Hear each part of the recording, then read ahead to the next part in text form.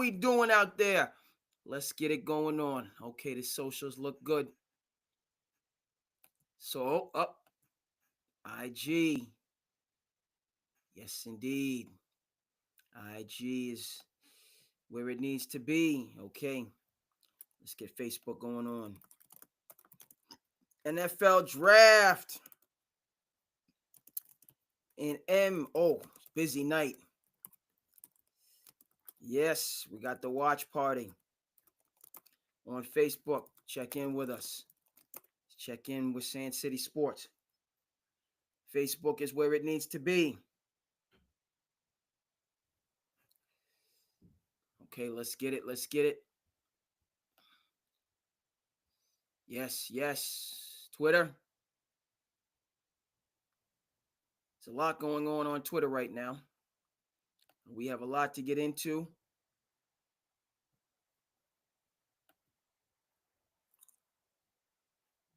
And SandCity Sports is a part of that. Very good. Let's get YouTube lined up. Ooh.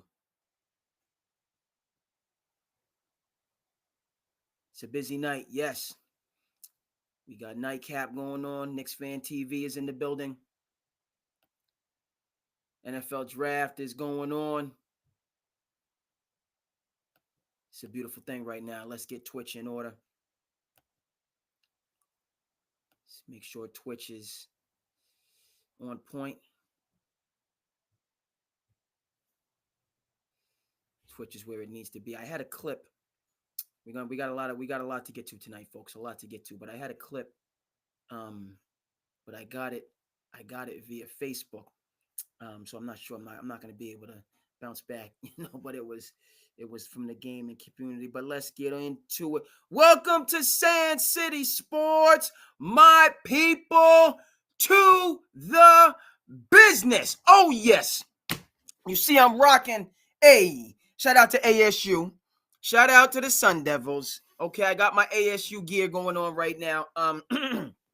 But you know who just handled business. Okay, my New York Knicks just handled business. All right, so all of those people that were talking what you were talking, okay, SandCity Sports is here for you right now. I am here for you right now because you said what you said. You talked about our coach, our 4-star general, Tom Thibodeau. You talked about our organization. You didn't believe in La Cosa Nova, who was getting buckets down the stretch. JB, straight line drive. Give me that. You see how JB and Mikal was working? That's that La Cosa Nova connection that you slept on. You saw how Josh Hart out there getting rebounds, them energy points, them 50-50 balls. Okay, a lot to get to in terms of my New York Knicks. And I'm glad we have an officiating perspective because there was some tomfoolery that went on down the stretch. Game kind of extended a little bit. So we're going to break all of that down for those out there. You know what I mean? Proud official. That's my contribute. Also, men's league hooper. The men's league need to start my training yesterday for the men's league. Let folks know, if they want to jump on. And this is an all call. If you want to be a part of SandCity Sports, holla at your boy. You're welcome here on SandCity Sports. Mi casa, su casa. All right. So jump into the commentary. Let me know what you think. We have a lot to get to on the court, off the court, on the field, off the field. We're here for all of it. Okay. So the NFL draft is going on right now. Memphis has jumped out. They don't want to get steamrolled. Okay. So they're trying to make this a series. Memphis, Oklahoma City is going on right now. And then, yes, you know there's been some things that's been taking place in the world of media involving headlining personalities. We have to break that down, and we will from top to bottom. And so, hey, welcome into SandCity Sports. We're to the business. Let me just go ahead and check and see where we're at. Okay, the Facebook, as I said, is good. IG. All right. Folks on Twitter, X, whatever the case. I see my people on Twitter. I appreciate you. Jump in the commentary there. If you need, let me know how you feel as we get ready to blast off. and then with YouTube, I can see all of that vis-a-vis the good people at Riverside, and so it's a beautiful thing. Okay, so we're gonna work back to fourth. Okay, so my New York Knicks handle business. Yes, right. And so back on track. All right, we don't take anybody lightly. These young bulls for the Detroit Lions. That's another story. Detroit Pistons mean business. I'm not pleased with the defense. Cade Cunningham is out here running wild. All right, Cade is just doing what he wants to do.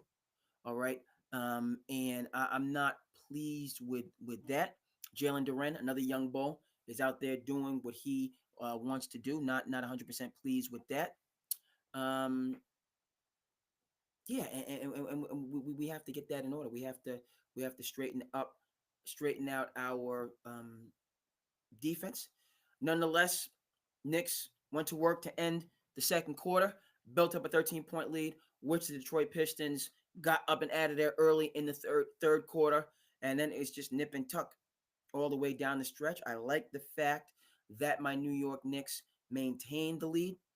Okay, they did not allow themselves to get behind, which has been a theme of the first two games. So they played um, with the lead, with an advantage, which was tremendous.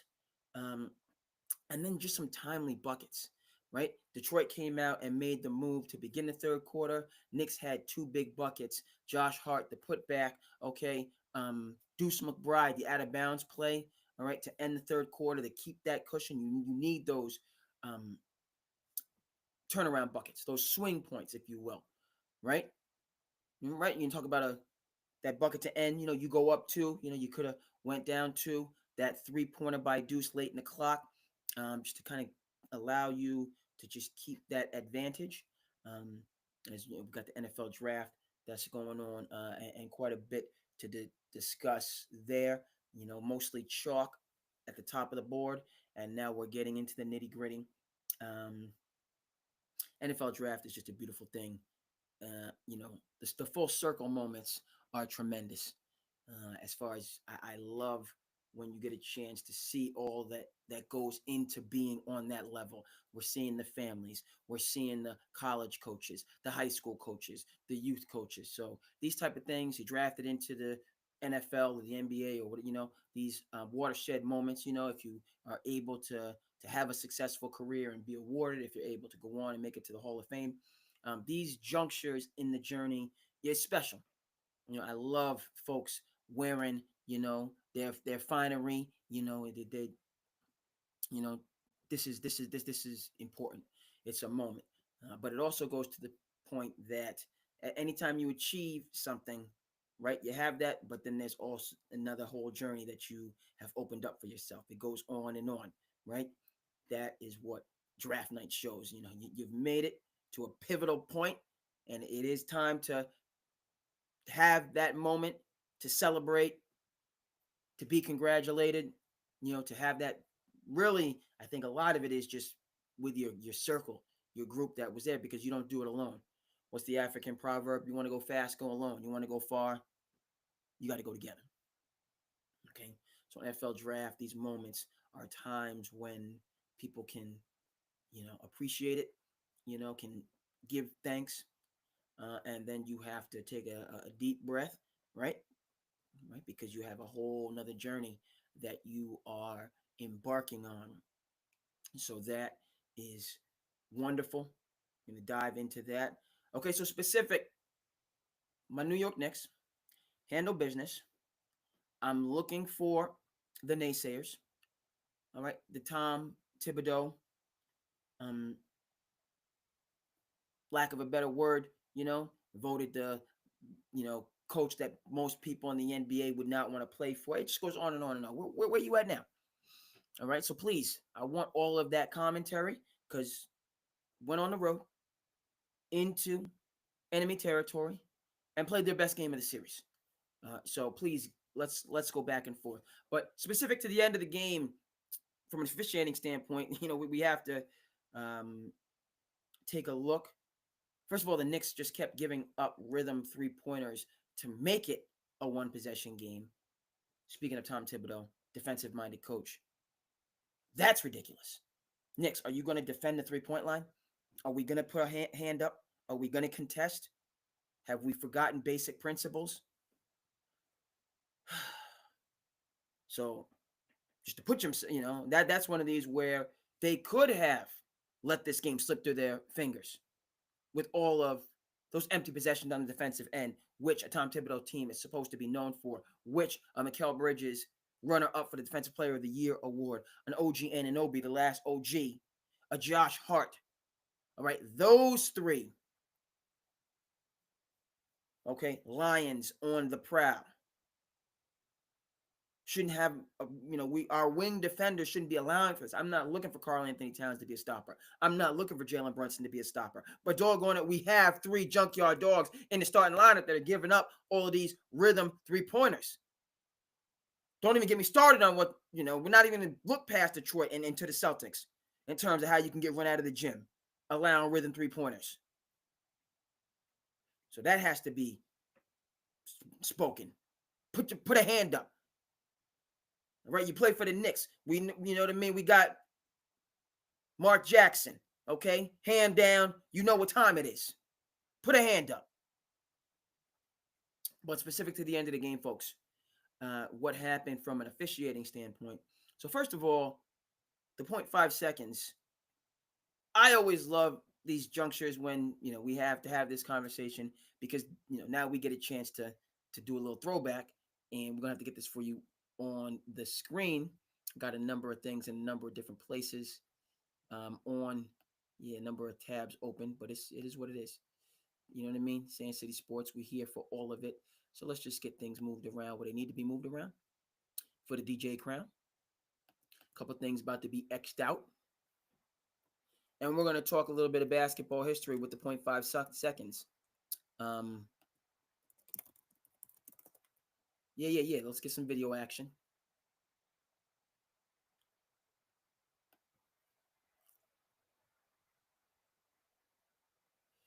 Can we,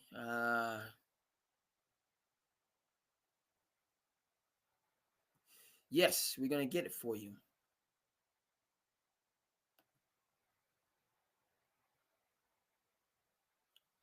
Okay? Because what we're talking about, folks, we're talking about the Trent Tucker rule. Let's get this for you on the screen to begin with. I'm dating myself. Don't care. So love. Who the heck is Trent Tucker? We're going to find out. We are going to find out. Shout out to the UConn Huskies, national champions. It's a beautiful thing. Her family said Fudd around. Azzy Fudd, who was injured many years, and so that's why UConn, they earned their stripes. They earned their championship because they hadn't had their full team in some years. And it would have been, I'm not saying that they would have unseated anybody, whether it be LSU or South Carolina, but they would have been right there in the mix had they been healthy with Azzy, with Caroline Ducharme, with Paige all those years. So all of those players faced injuries. They stayed true to the process. They got their championship. Respect. But their family, Fudd around and find out. I see what you're saying. Broncos Nation. Got a cornerback from Texas. The Texas Watch Party. Draft night is and the Broncos, they already have Surtain, so they're known for their secondary. All right, let's talk about 0.5 seconds, the Trent Tucker rule. Let's go. 1/10 of the second. Touch it and get it up. Jackson looking for Ewing. Tucker swatches it. It's good. It's good. Yes, it is possible to shoot with 1/10 of a second left. It's actually not possible, but let's watch that again. 1/10 of the second. Touch it and get it up. Jackson looking for Ewing. Tucker swatches it. It's good. Oh, Michael Jordan. Yes, it is possible to shoot with 1/10 of a second left. Okay, throwback, right? Only fitting, Go New York, go New York, go! Hey, it's only fitting. The old school. Yes, But no, okay, you need at least 0.4 to shoot. And then if it's under that, it has to be a tap, a touch. Okay? The Trent Tucker rule. Right? And I always think, is it, let me just double check because I was thinking it has to be 0.5. But let's go ahead and we're going to trust but verify here.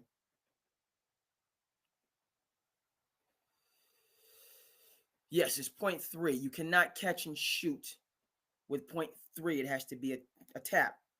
But 0.4, 0.5, you do have time to catch and alight.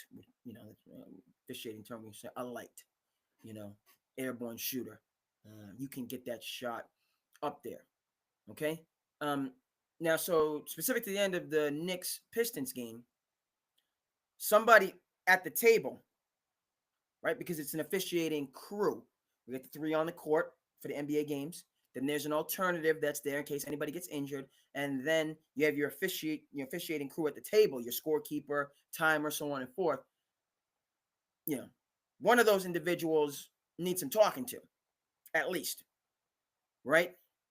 Because, and it worked out, but the game could have been swung based on that clerical timing error.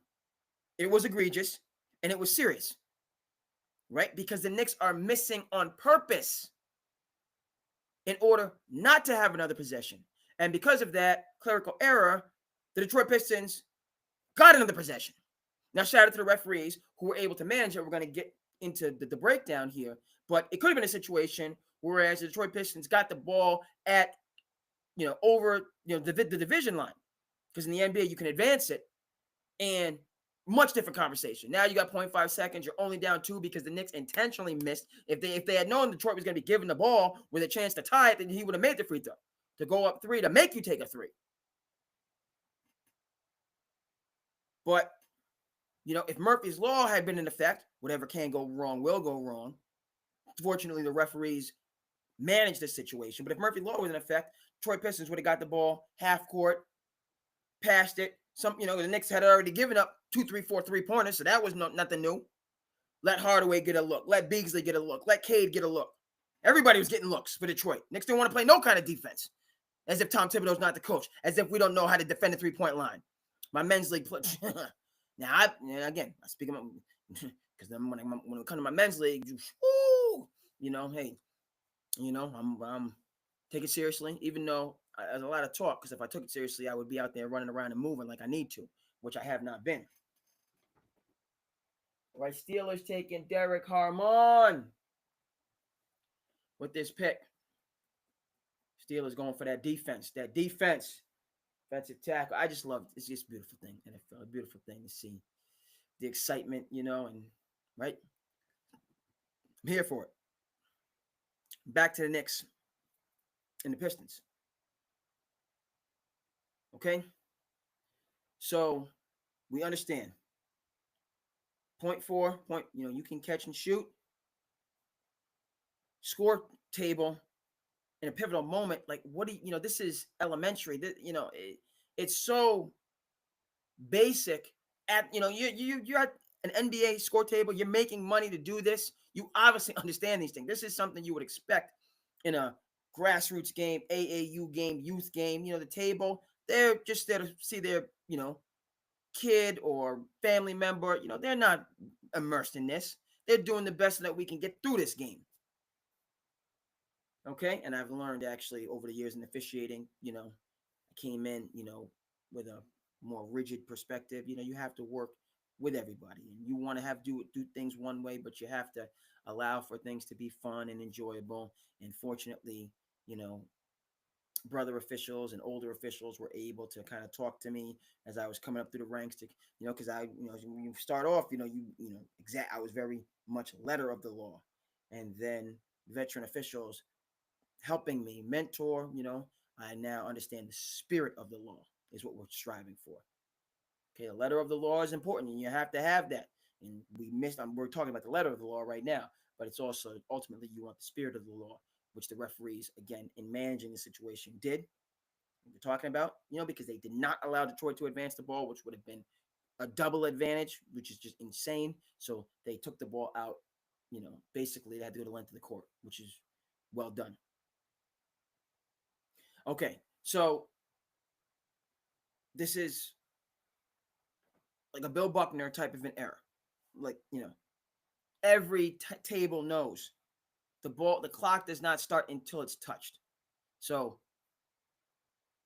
like, everybody knows this. There's no confusion. This is just chapter 1, rule 1 table. The ball has to be touched after a free throw before the clock begins.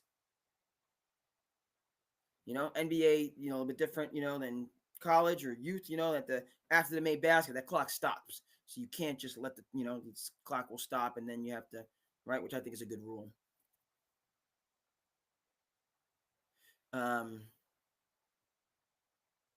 Particularly like down the stretch. Right down the stretch, if there's like only, made bucket, down, doesn't stop after every made bucket and then start, like running time, but particularly down the stretch of that last 2 minutes, NBA does a good job with that. Not letting that additional, like the made bucket, and then the team can just like, oh, I don't want to take the ball out. You don't want to take the ball out. What team does a good job of this at the college level? The Villanova Wildcats. Under the previous leadership of Jay Wright. If you go back, like the made bucket would be scored and they would like wait. Then they take the ball out. Then they, there was like 10, 15 seconds after the made basket, ball would sit there, draw, they would just walk over to it like time is running and they're getting their offense set up. Okay. So everybody knows table made an egregious error. Okay, so what do we do? Right? On the one hand, you could have taken 0.2 at least off the clock and just granted Detroit the timeout that they wanted. Right? Because Detroit's they're going to call a timeout. And you want that extra possession, even if it is, even if it's just a tap, you want to give yourself a chance. I think what Detroit wanted was, it would be the 0.3, but they would be at the half court line, right? So this kind of inconvenienced everybody. If I'm JB Bickerstaff, all right, I know it's 0.5 now. Some of that's got to come off, but I'm going to call it immediately. So, and in the best of all possible worlds, I can get it with 0.4, which is mean I actually do have a chance for a catch and shoot. But if it's 0.3, okay, then we have at least a chance for a tap. But it's going to be at the division line rather than all the way in the backcourt. Right? So Detroit got the short end of the stick as well. So because they didn't have an opportunity to get their best play off. They don't, everyone knows what it is. Right? You, from the Knicks standpoint, the reason you missed that, great strategy, Thibodeau, Nova connection, JB. The reason you missed that is because, again, the clock's not going to start on the make. They're going to call a timeout. Now they're down one possession, but they have the ball at the division line, and they have a chance for a catch and shoot from the division line. Do you give a team a chance for a catch and shoot from the division line after you've given up a couple, Or do you miss it, try to tap the rebound, like the Knicks did a nice job of like not fouling, right? Because that would have been disaster. Because now Detroit has the chance to tie the game,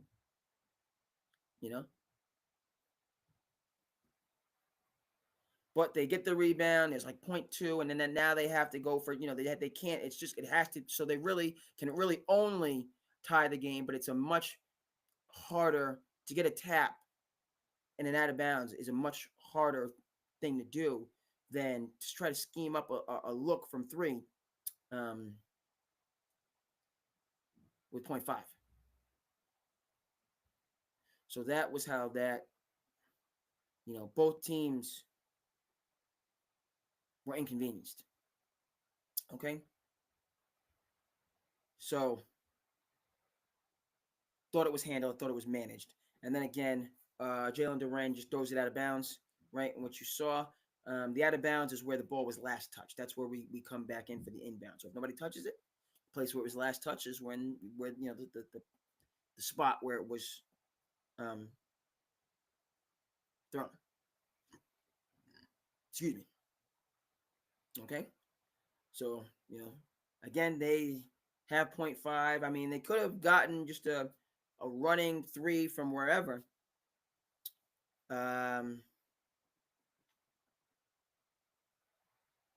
Let's see here. Let me just quick over. Nick Saban doing his thing at the draft. You're watching the draft. I'm watching the draft. Let me just go and see if anybody has anything to say. SandCity Sports, by and for. I see my people with me on Facebook on this Thursday. I appreciate you very much. I know that it's getting towards the end of the week. It's a work week for some. Those in education, have the time. But you're watching the NFL draft. I'm watching the NFL draft. And we got the NBA playoffs going on. It's a beautiful thing right now, folks. It's a beautiful thing. Let me know what you're thinking, how you're feeling, all of that good stuff. Now, and we're talking Knicks right now. We'll come over. We'll talk a little bit of an NFL draft for sure. Okay. So that's the end of the game. Everybody, got the short end of the stick. And the table, ridiculous. Preposterous. Just come on. Come on.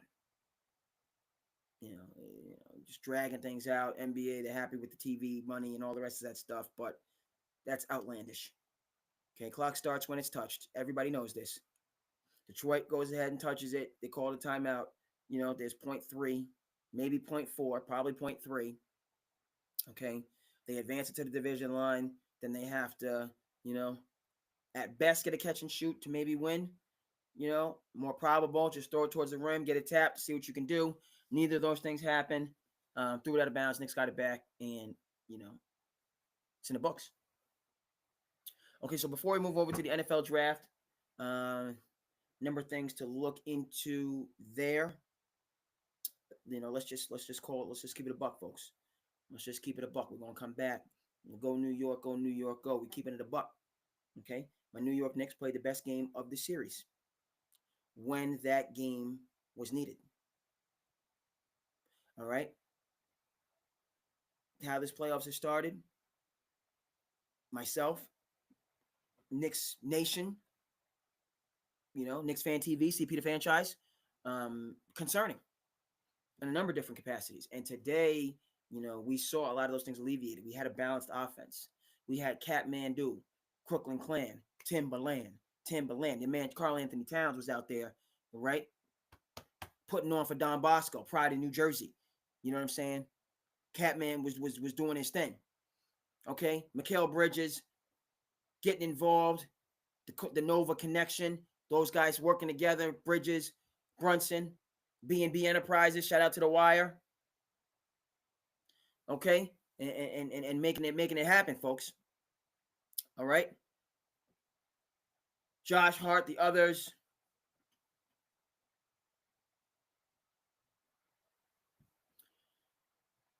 Chargers go with an RB. Harbaugh, ground and pound. Okay, in the NFL draft, beautiful thing. Back to the Knicks before we move over full time to the NFL draft.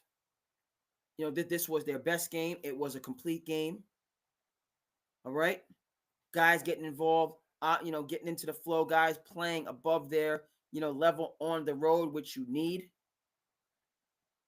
That's huge. We already know this team, is about that playoff life, is about going on the road, has that in them with the Tibbs toughness. The Miami Heat are known for this, almost better on the road. Like being in the hostile environment, about it. You understand? Very much about it. And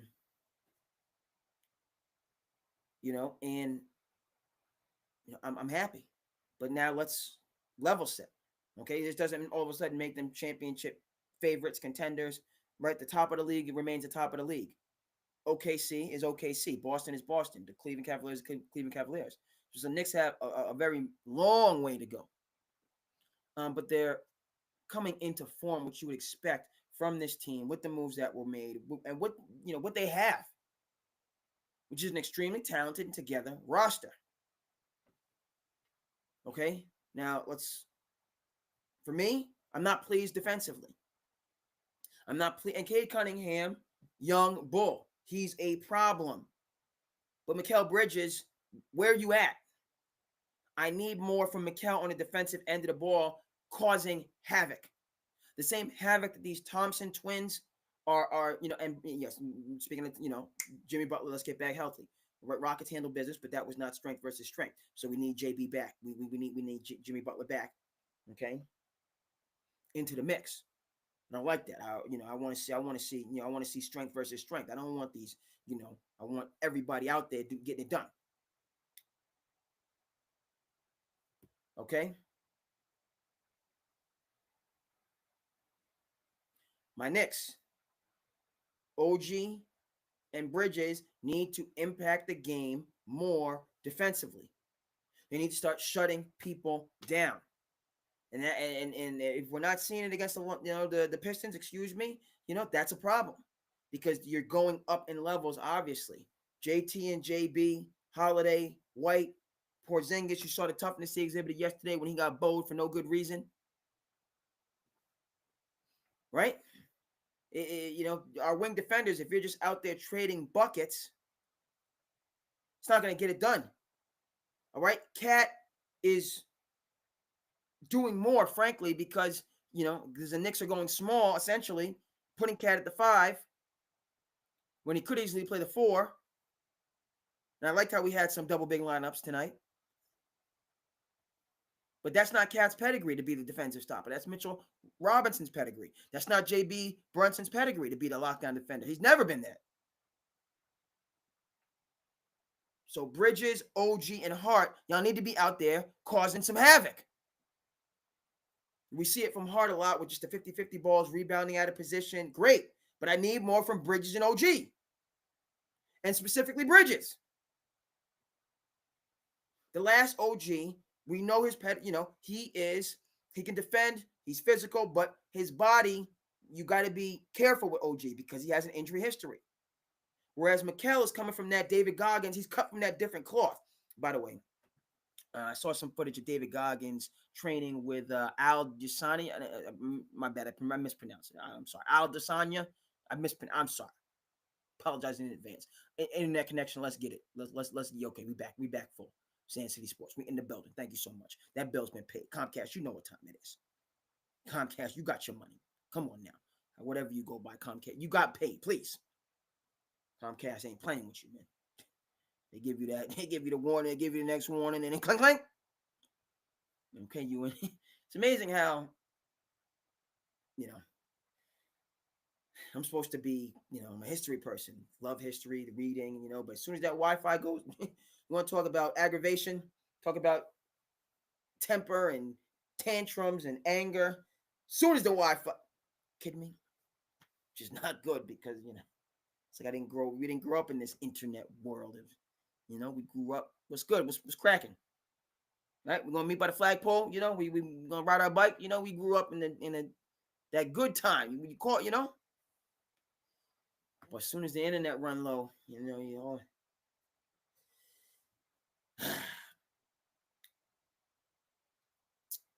So yes, it's a good win. Detroit was right there. Could have stolen this one. Back and forth. This is a very evenly matched series, and I have no problem with that because Detroit has had talent for years, and now they have leadership and direction.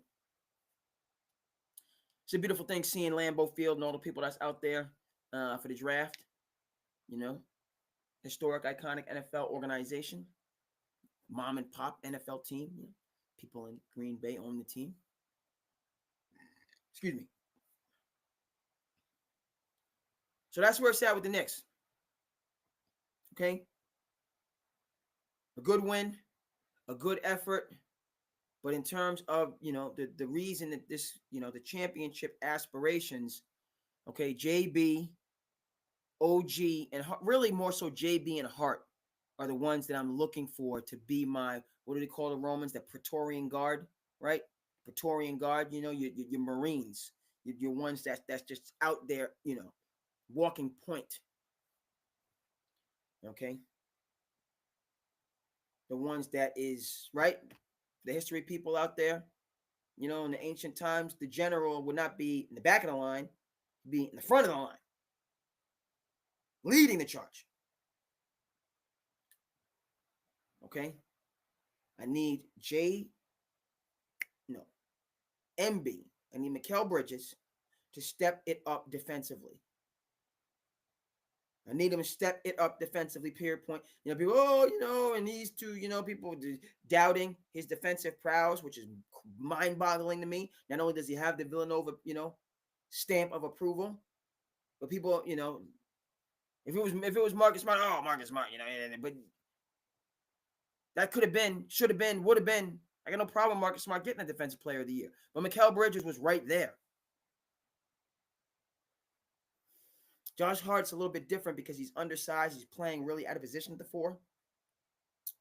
But still can, so I'm not really looking for him to lock down the Jason Tatums, or forget about it, like the bigger 4s, That's not, I'm looking for Josh Hart to do what Josh Hart is doing, which is compete and grind and get those Tommy points, those 50-50 balls. He's doing that. And OG can do that as well. I'm OG, I got to watch. OG can't give me 40 minutes of lockdown defense. Mikal Bridges, you can give us 40 minutes of lockdown defense. That's your pedigree. And then back to his frame. He has a marathon runner's frame. Shout out to the Boston Marathon.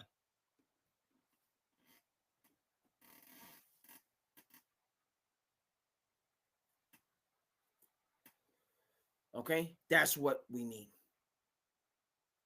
Good win, long way to go. Okay, but this Knicks team is you're underperforming. You're underperforming. JB made it, those drives down the stretch, those buckets, those straight line actions.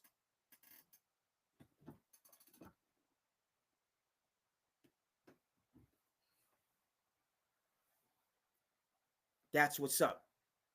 Handle your business. Mikal, need a lot more. OG, you're holding strong. We could use a couple more rebounds. You're battling. Get some Tommy points. Especially when you're not guarding the best, because Mikal should be switching on the Cade, so OG should have a different matchup. And then when you're off of that, top player, I need you on the boards. I need you creating havoc, OG. Hart, we said it. Carl, compete. People act like, Karl Anthony Towns not from Jersey. Don Bosco didn't play for Cal at Kentucky. He's not known for defending, but he can defend.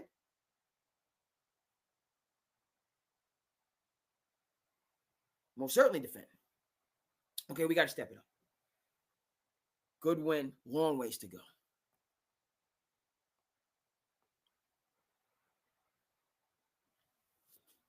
Okay, folks. So let's get into this. SandCity Sports, we're here. Just going to go around. Appreciate folks on Facebook. Yes, indeed. The IG is live. It's doing what it's doing. It's a beautiful thing. Twitter, appreciate you. A couple people with me. Jump in the comments. Good, bad, indifferent. I want to hear about it. YouTube and Twitch are where they are. Yes, sir. Okay.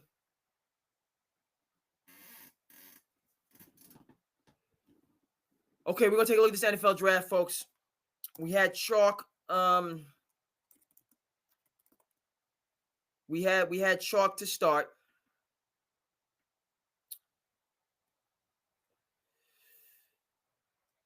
Okay, so let's we got to get into top to bottom. Let's go.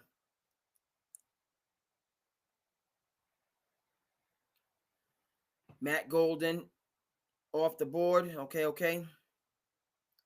No, I don't need all of this. I just need. Just give me the order. Come on now.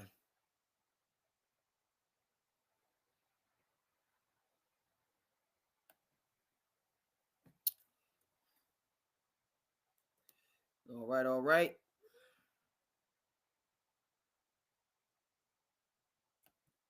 That's what I'm looking for. So that we can break this thing down.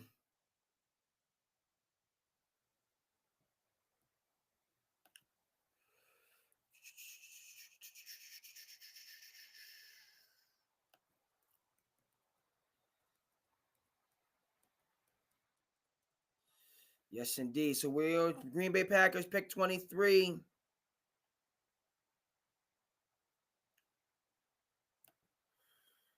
Indeed, indeed.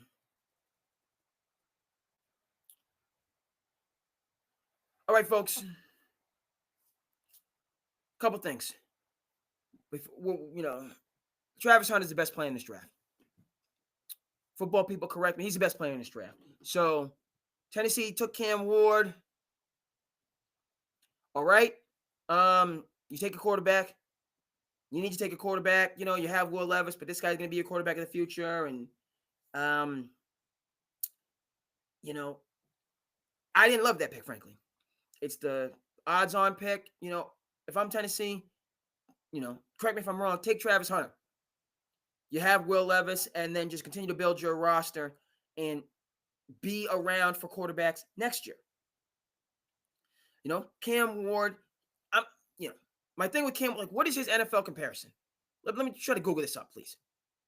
He's good, he's talented, he deserves to be number one. Who? I'm at a.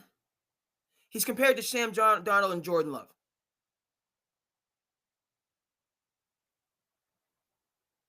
All right. So I feel emboldened right now, folks. Football people are saying that Cam Ward is the equivalent of Sam Darnold or Jordan Love. Two quarterbacks, first of all, in terms of Jordan Love, respect, but it took him 3, 4, 5 years to hit his stride. And Sam Darnold has bounced all around NFL creation before hitting his stride this year. Unfortunately, it didn't happen in the playoffs. And then now he is a journeyman again. So this is the number one overall pick that you're taking before a Travis Hunter, who people say is generational. Now, again, NFL, any given Sunday, the physicality, even though it's not that old school Dick Buckus physicality, right? I feel I have to do this. We're talking NFL because yes.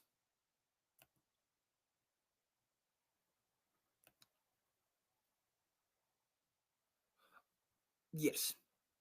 So let's come over. And obviously the elephant in the room right now for me and you and everybody else is Shedeur Sanders. Okay? That's the elephant in the room to be discussed. But I want to start Shedeur Sanders. He's going to get drafted. He's going to go to a place. He's going to have an opportunity. Wonderful. Okay? But concerning Travis Hunter, who is the best player in this draft. All right? Shedeur, we're going to talk about Shedeur. I'm rooting for Shedeur. Believe he'll be successful. All of that stuff. Okay? But Shedeur Sanders is not the best player in this draft. That's Travis Hunter. Let's talk about him.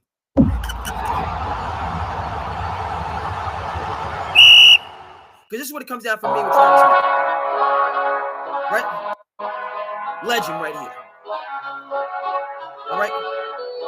I'm not ashamed to say I get a shiver just looking at this man, Dick Buckus. In terms of what he means in old school NFL. People out there not wearing gloves, in the fruit. Just hammering people. You want to talk about the Coliseum? You want to talk about gladiators?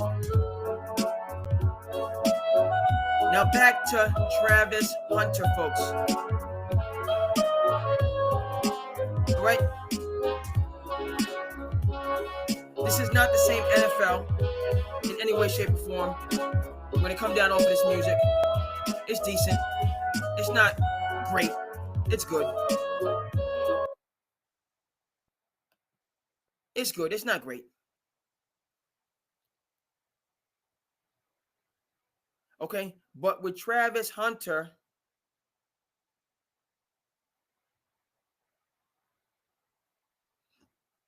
excuse me, I love it. They're in Cypress, Texas. The community, people together. You know what I'm saying? Sports, we don't. It's not the only thing, but I love how it brings people together. These people, those people, people, just people. Let's put the other stuff aside and just get on board.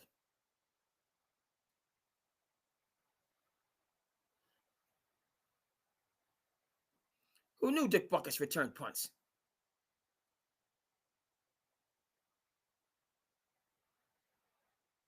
Not that surprising. He's a mountain of a man.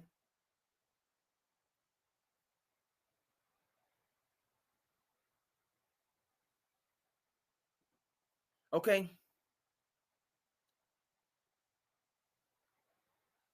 Just strength versus strength.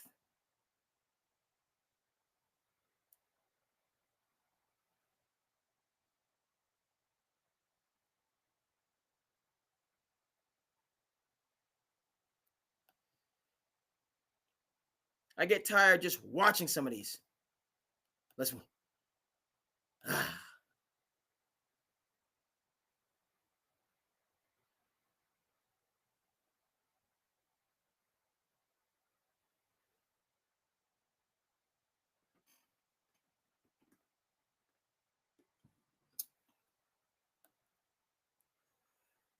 Sign of the times. Watching Dick Buckus highlights and you just feel a shiver. You don't have the exuberance. You're trying to reach back and get that exuberance. But back to Travis Hunter, folks. It's that whichever, I feel he's a better defensive back. That's what he was known for out of high school than a wide receiver. He can do both. For me, I would focus on Travis Hunter, the defender, and then use him in spots offensively. That's what he wants. Is he capable of it? Yes. But you have to be efficient in all of your possessions. It's not a matter of just playing because you like to play. That's done. That's done, and it's clear from the standpoint that when you're a supreme athlete, when you're a professional level athlete, youth sports, you're just on, you're on Mount Olympus. Everybody else is like in the valley. If you're a professional level talent and you're playing youth sports, the gap is just ginormous. So you can do the you can go back and watch Derrick Henry's what do we need to get? I think we do, folks. We got to make this point. We got to show the people. We got to show the people. Just to hammer, just to bring this home.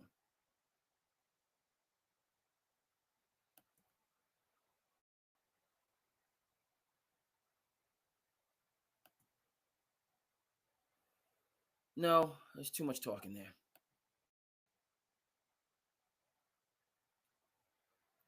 There we go. Okay. We got to show people Derrick Henry's high school highlights. And what does this have to do with Shedeur Sanders? What it has to do is,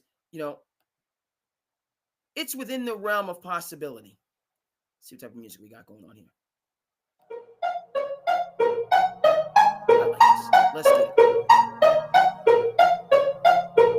Right? It's so much better. Like, it's ridiculous.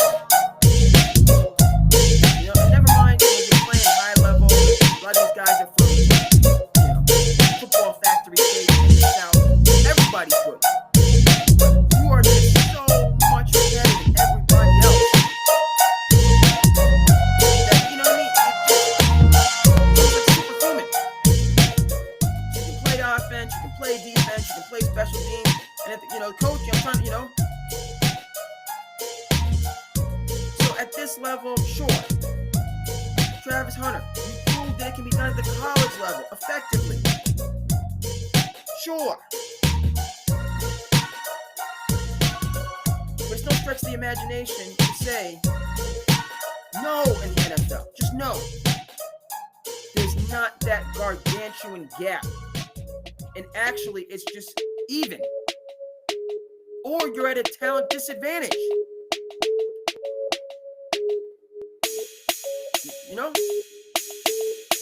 So you need every for a minute, please.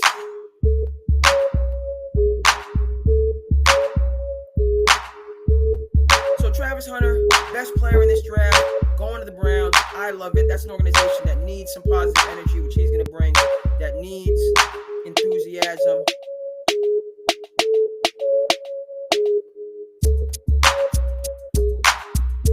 Okay, Giants got the 25th pick. I mean, this would be a great chance to get opportunity to get Shedeur.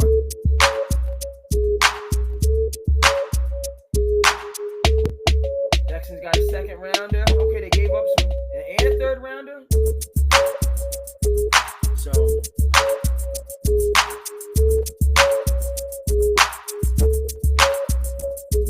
Giants doing some. I think this has to be Shedeur. Pick is in. You're watching it. I'm watching it. This is the Shedeur moment. And hey, I see it as a win-win. You got the quarterback who you had targeted. So I'm saying this is Shedeur. You know. Shout out to Derrick Henry. We're gonna move over from that.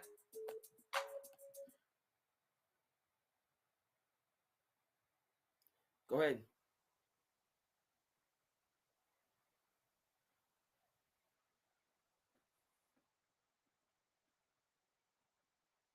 Oh.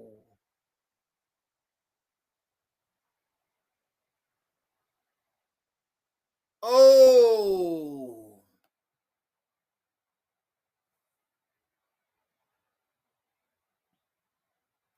They said Jackson Dart. Oh.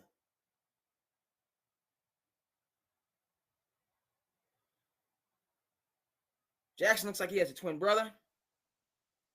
I'm telling you, the draft never gets old for me. People coming out, celebrating.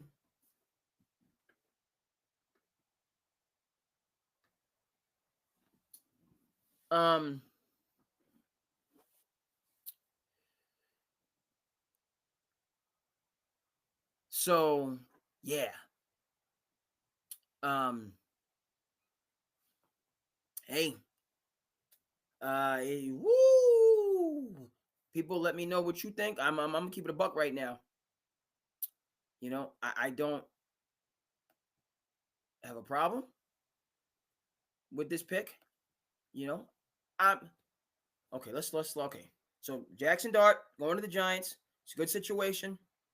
Okay, because there's no expectation, pressure. You know, they got Russell, they got Jameis. You come in, you learn, you grow. Daboll can develop, talent. So Daboll's, you have an opportunity to be the quarterback of the future for the New York Giants. Are you Arch Manning? Heck no. You're not Arch Manning. All right, and as far as I'm concerned, the march for Arch began as soon as the college football season ended. As far as I'm concerned. Okay, and that has a lot to do, and with Cam and Shedeur, and I just feel that you guys are, and again, the number one quarterback in this draft, somebody that's not coming from the football tradition. Football people are saying is Sam Darnold is the best quarterback in this draft. Right, so I'm not out of line in any way, shape, or form, pointing to next year where you have a Manning coming from the Manning tradition of that same pedigree. Peyton, Eli. Okay? That's his pedigree. Not, all due respect, Sam Darnold, Jordan Love. So that's on the horizon.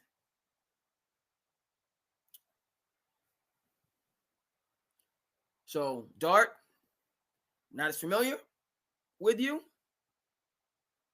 Played in the SEC. All right.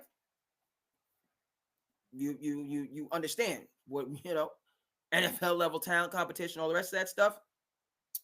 Lane Kiffin down there at Ole Miss. Okay. Atlanta Falcons on the clock.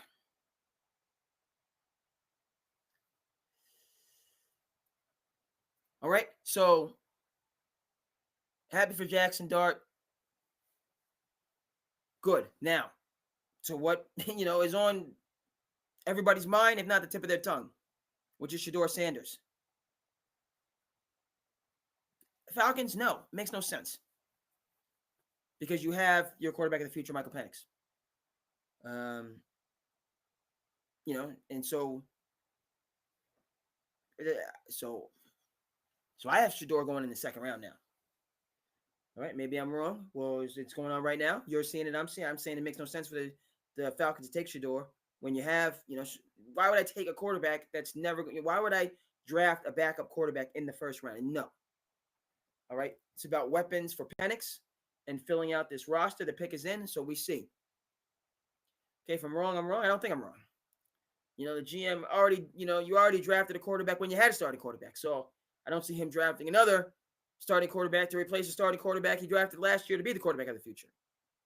All right, weapons. Help for Penix.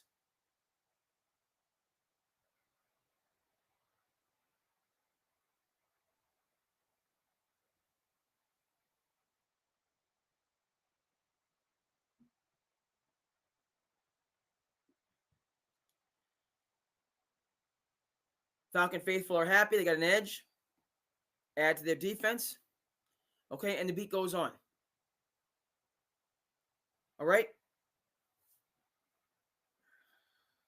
Is this a Lamar Jackson situation? I would keep that same energy where I Shedeur and hold on to this moment and these moments to inspire you and fire you up and all that. ABC, XYZ. Yes, that's, this is your career right now. If I'm Shedeur, this is my career. This is me. You want to talk about Michael Jordan being cut from the varsity team as a sophomore, having to play JV? Okay. You want to talk about Chef Curry being told by Virginia Tech that he can redshirt? Okay. Only to have all those Power 5 schools coming and asking him, to join after he balled out of Davidson and him saying, forget you. Yeah, this is the makings of the fire that leads to greatness, right? Which is instructive for youth sports in and of itself. We want, a lot of times in youth sports, you don't want that talented, gifted athlete to struggle, unfortunately. All right, but it's the struggles that produce the fire that's going to last you throughout your career, not just constant success and patting on the back and success. We see what happens with those AAU and youth phenoms that just get that, and everybody protects them, and nobody can say anything wrong about them because they're, the gift from on high. They never develop the resilience and toughness, and then some. When they do get up to that elite competition and they are corrected, you have no familiarity with it. So how can you stand strong? So that's what Shedeur Sanders is getting right now. I'm for all of it. Be out there in the draft room. Let's see everybody else celebrating, and you are not a part of it.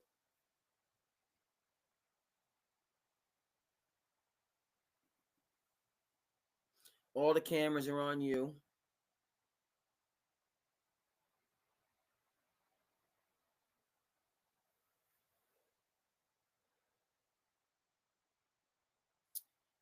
And your time will come when it comes. Likely in the second round. And you're going to have to go in, and earn a job. It's a beautiful thing.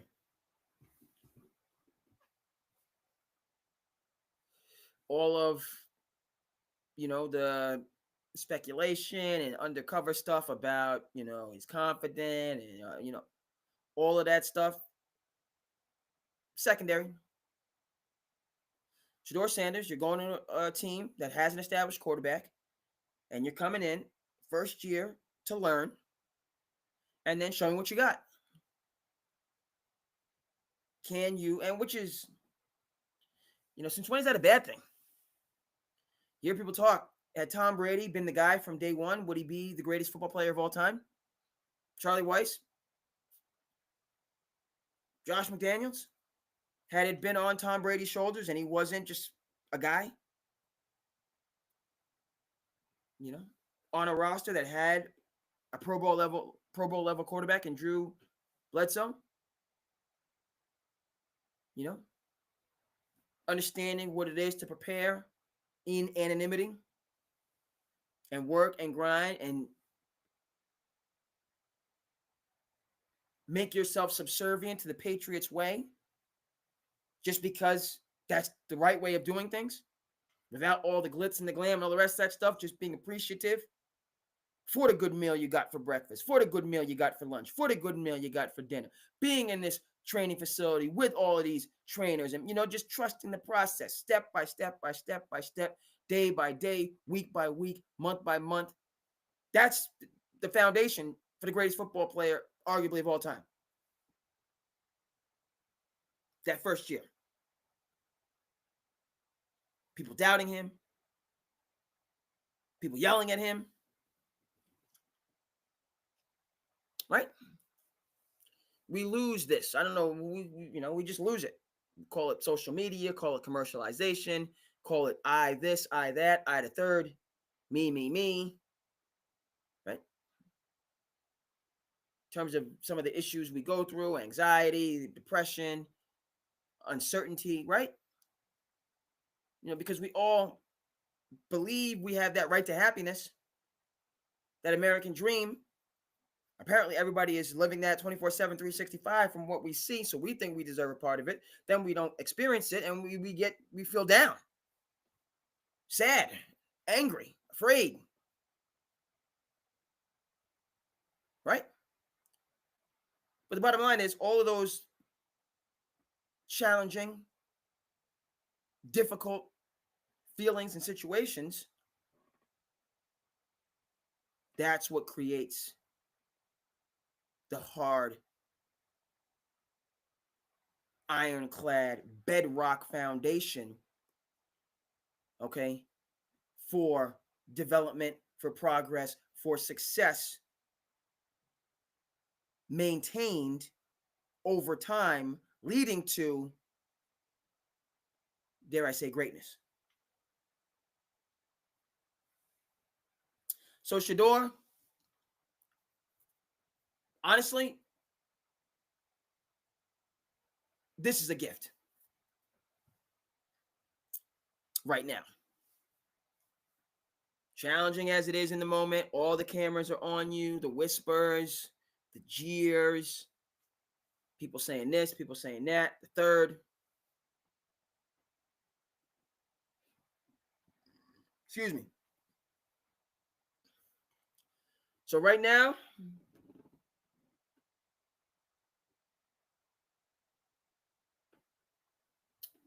B Moore is on the clock.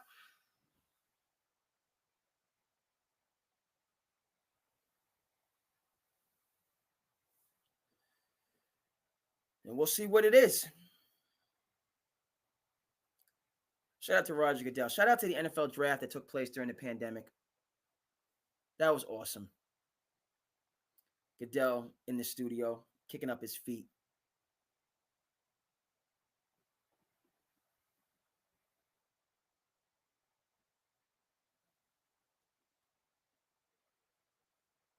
Safety out of Georgia, going to the Ravens. Malachi Starks.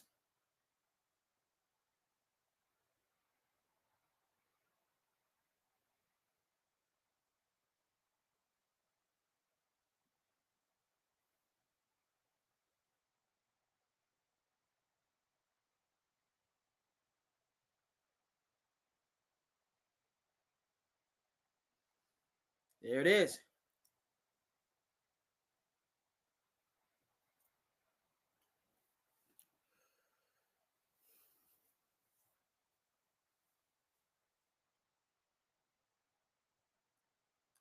NFL draft is different to me.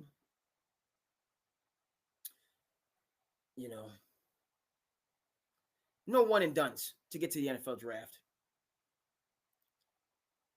Even for the, best of the, there's no one and done. So you're going to college. You're going to be there, for 3 years, developing yourself, getting your film, so on and forth.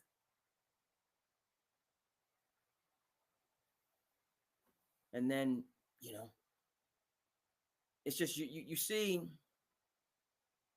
there's just more development that you have to work your way up. Okay, now when you blast off into the NFL, right, a lot of these guys are going to be able to play from, because careers are not, are shorter, so you get that opportunity early on to, to get out there. But the careers are not as long in the NFL.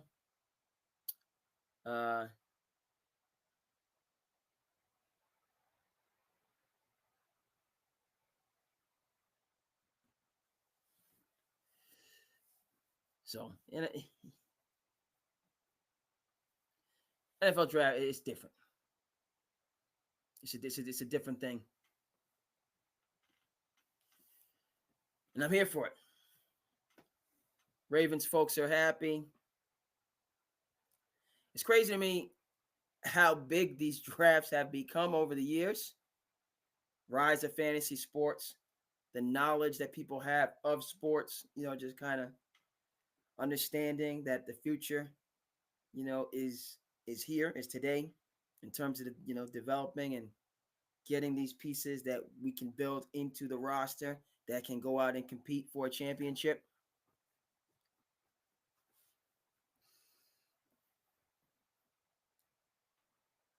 And then football being the biggest sport, the most overall revenue. But their players, okay, more of them, it's a more challenging journey, honestly, to sustainability. It's just a fact. So while the game is the most heralded, watched, appreciated, so on and forth, for the individual player, their journey to generational wealth, to sustained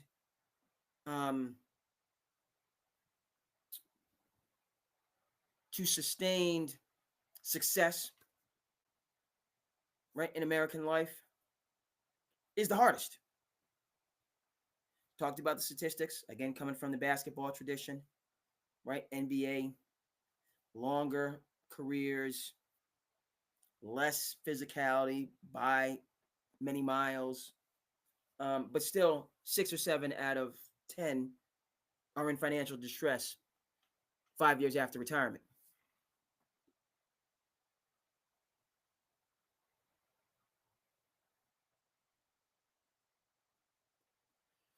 Right?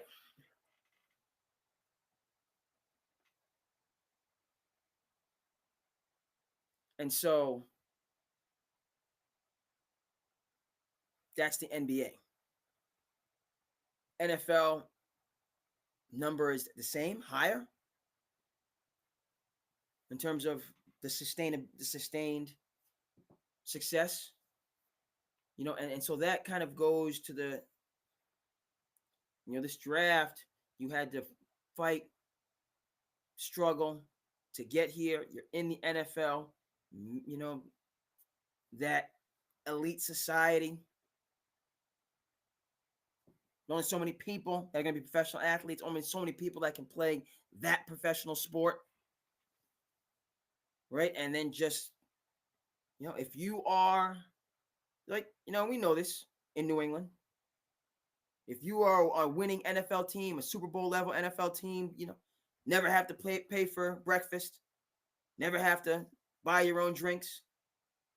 All right. But the challenge within that, to maintain that level of success in a very competitive American economy,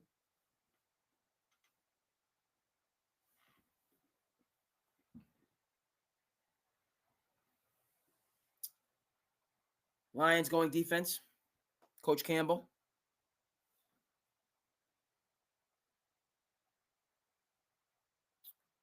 So that's my feeling. So happy for the players, the journey. The most difficult, I'll say, of all the professional sports to make it to the NFL or to be drafted high in the NFL. Of course, number of players undrafted, all the rest of this stuff, but to be a first round NFL draft pick, I'm saying most challenging. No one and done opportunity for you. You got to be a really good player in high school. You got to grind 3 years in college, maintain it. And then every draft process, you're going to get picked apart, broken down, so on and forth. NFL is the ultimate team game, football ultimate team game. It's not about you. Forget your little petty privileges. When it's training camp, go to bed, 9 o'clock. It's the ultimate team game. NBA players don't appreciate that many times. Me, I. You can't tell me this. You can't tell me that.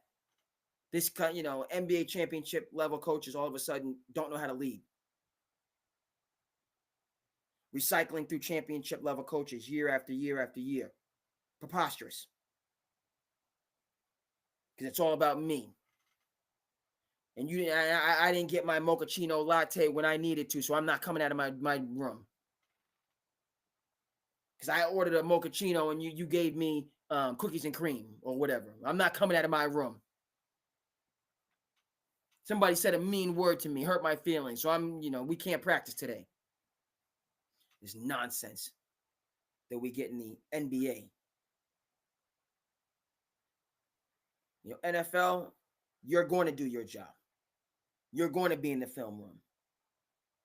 You're going to maintain that professionalism, or you can go. So celebration today, and because you have reached a very high pinnacle, but you drop from that level for quarterbacks and everybody else. Okay, this is a great space, and we're gonna go around the world. I see a couple people rocking with us. SandCity. A couple people that's rocking with us. NFL draft. Still round one that we're discussing, getting into. Haven't forgotten about the NBA playoffs by a long shot.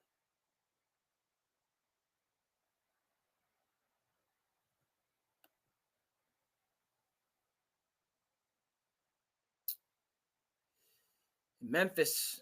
Woo! Clippers. Woo!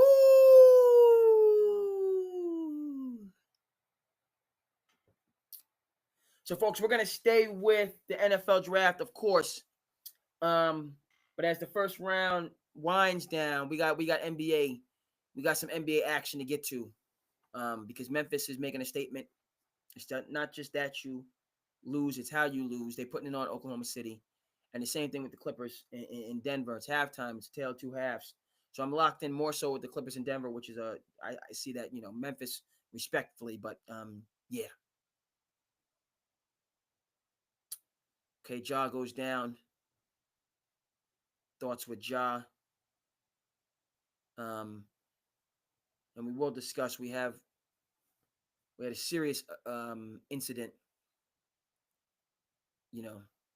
take place in the basketball community, talking about the car crash involving Elijah Arenas, who's in a medically induced coma right now. All right, so our thoughts, our prayers, our support is with the Arenas family during this very difficult time. We want Elijah to be cared for and to receive what he needs, and to get through this. Bottom line. Okay.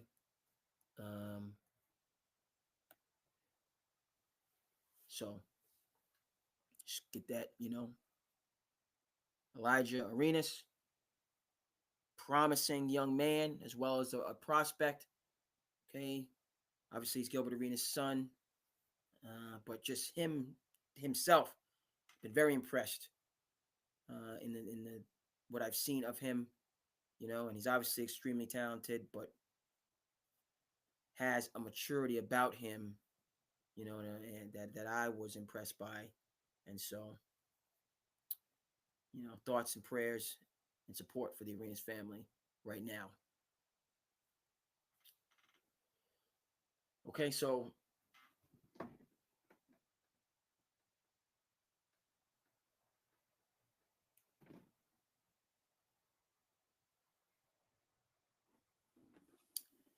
coming down towards the end, Redskins.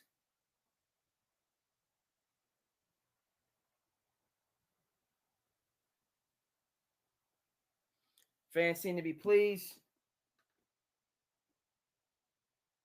Josh Connerly Jr.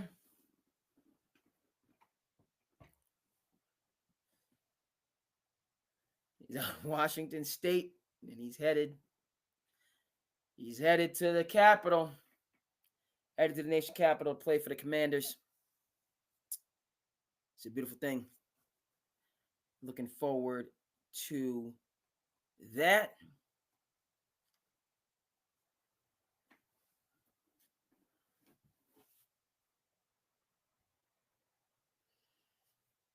Okay, on the offensive side of the ball, protecting the quarterback. So on and forth. All right, folks, as I said, we are going to hang in there through the first round. Then we're going to skip over and get involved with the Nuggets and the Clippers series. And I will be discussing the Shannon Sharpe situation. That is all the rage. All right, and we're going to go from there. Okay, so teams are building out their rosters. Distinctive draft, and that it's not all about the quarterbacks, not all about your leaders on the offensive end. This is a draft that's about just roster construction, as I'm seeing it. And so Cam Ward off the board, Jackson Dart off the board, Shedeur Sanders, waiting to hear his name. I have it in the second round at some point. But a lot of teams, filling those gaps. Players that the casual fan like myself is not as familiar with, but players that are going to be difference makers. And,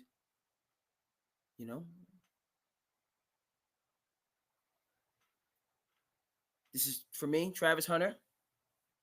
Looking for him, to shine bright in Cleveland, to give that organization a boost on both sides of the ball. As they continue to compete in a very competitive AFC North. So that's what this draft is about for me. And it is what it is. But let's move over now. First round is winding down. And we're going to discuss the Shannon Sharpe situation. And I see some people with me on Facebook. Appreciate you. Jump in the comments. Let me know how you feel. I see folks on the IG. What's up? Folks that's rocking with me on IG. Appreciate you. We're going to break down the Shannon Sharpe situation on SandCity Sports. Have to do it. We want to keep it family friendly, of course. But the Shannon Sharpe and nightcap is going on right now. Anybody that has ever tuned into SandCity Sports knows the respect that I have for Shannon Sharpe. Okay, but this so this right. We're just breaking this down.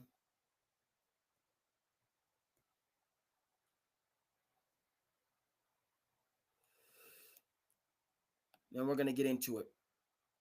All right, we're going to get into this.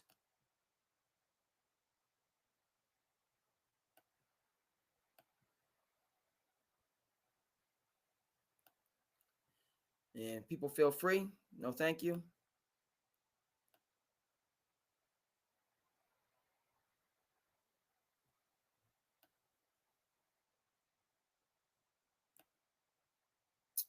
Let me know what you think. We have NBA basketball going on right now. We have the NFL draft going on right now. So the coverage is not going to slack in any way, shape, or form regarding to what's going on live.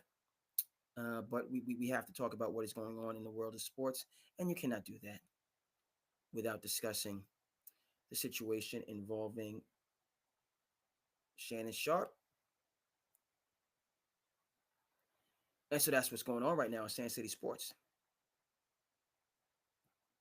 All right. And people might wonder why we have Shannon and Skip on the screen for you. Okay.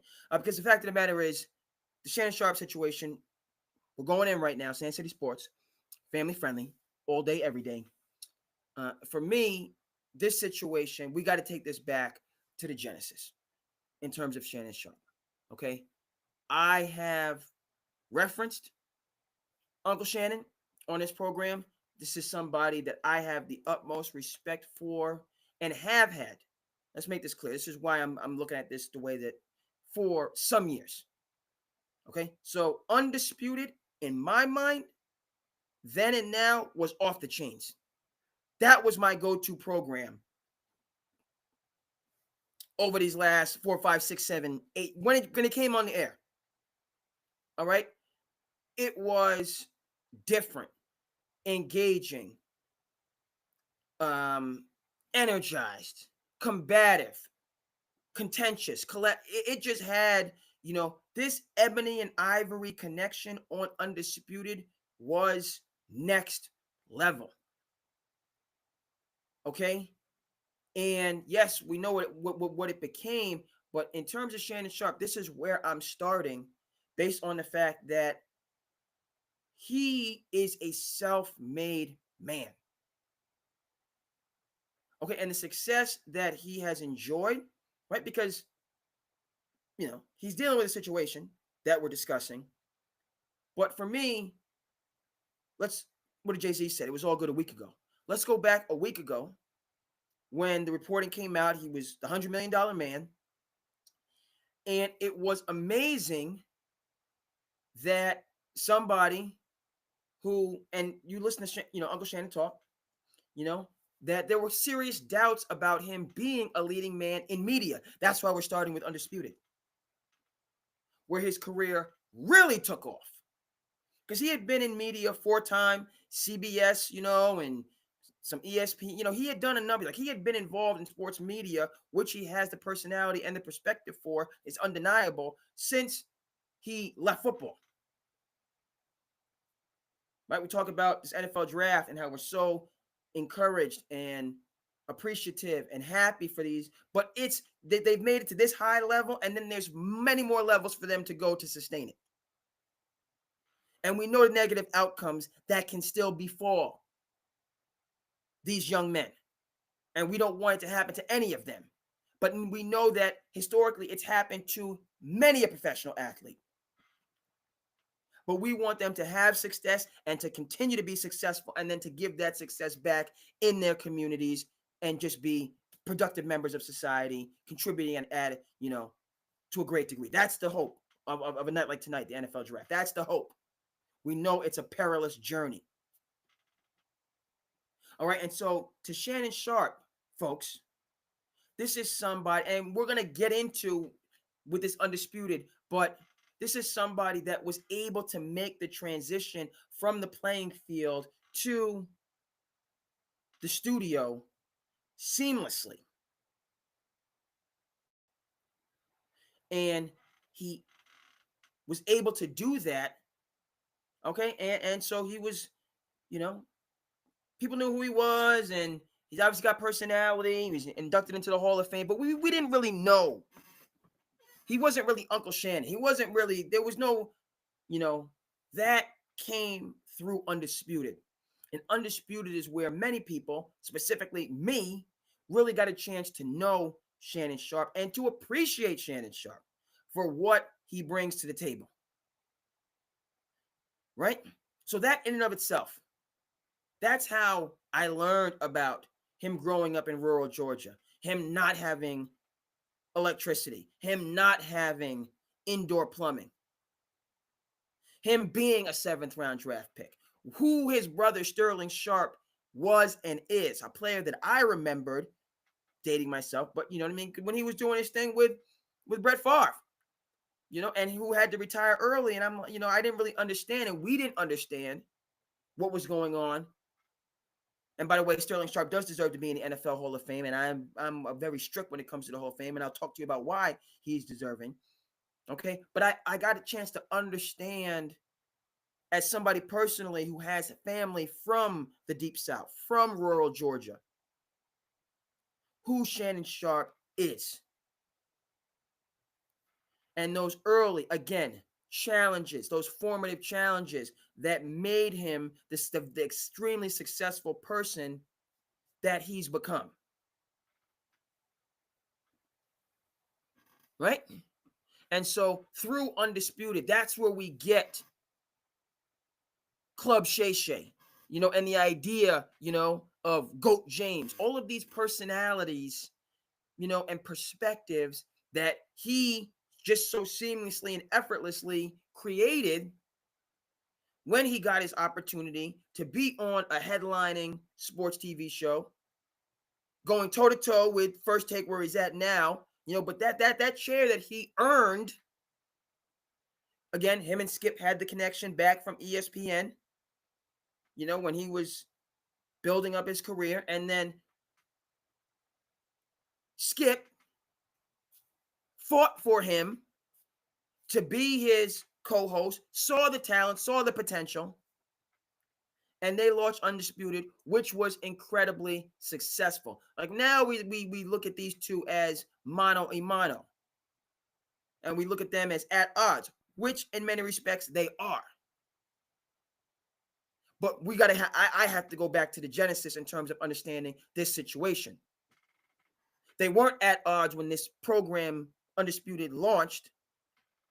They were two guys looking to make a new start that had all of the ingredients, but you know, Undisputed, like what is Undisputed? You know, what is this program? Like, you know, who are you people? They had to build it from scratch, and they did, into a very successful show. That was, again, not just for a lot of people. No disrespect, you know, Stephen A. Smith's First Take doing his thing, but Stephen A. Smith was feeling the pressure as well as Undisputed was rising. You follow Stephen A. Smith, you know he was always putting out the ratings and how good this Undisputed, you know, now it's a little bit different. ESPN is, you know, it's just has a bigger reach than Fox Sports. But Stephen A. Smith was feeling that heat as Undisputed was growing and building. First Take maintained their status, but Undisputed was on them heels. Again, Fox Sports is just not right. It's Coca-Cola and Pepsi.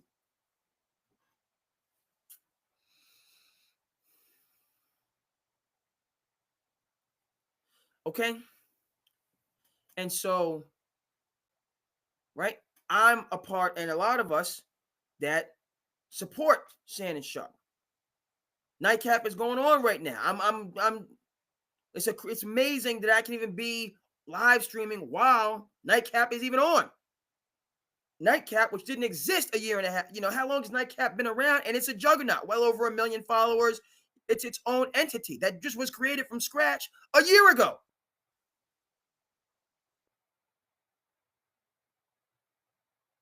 And now it's up there as one of the leading pods. This has just happened. And we know what Club Shay Shay is after the evergreen interview with Cat Williams. But Club Shay Shay was on point since when it started, while he was still on Undisputed. Club Shay Shay was on point. And it's just gotten progressively better and better and better and better. We're not, well, I'm fast forwarding. We got to go back, though. Right? But I'm getting closer You know, again, we're going long view with this Shannon Sharpe situation. I'm going long view with it. Let me know what you think, good, bad, or indifferent. I'm here for all of it, folks. Here for all of it. We're going long view. We're now we know where it's at right now and all the tawdry details, but I'm going long view with the situation.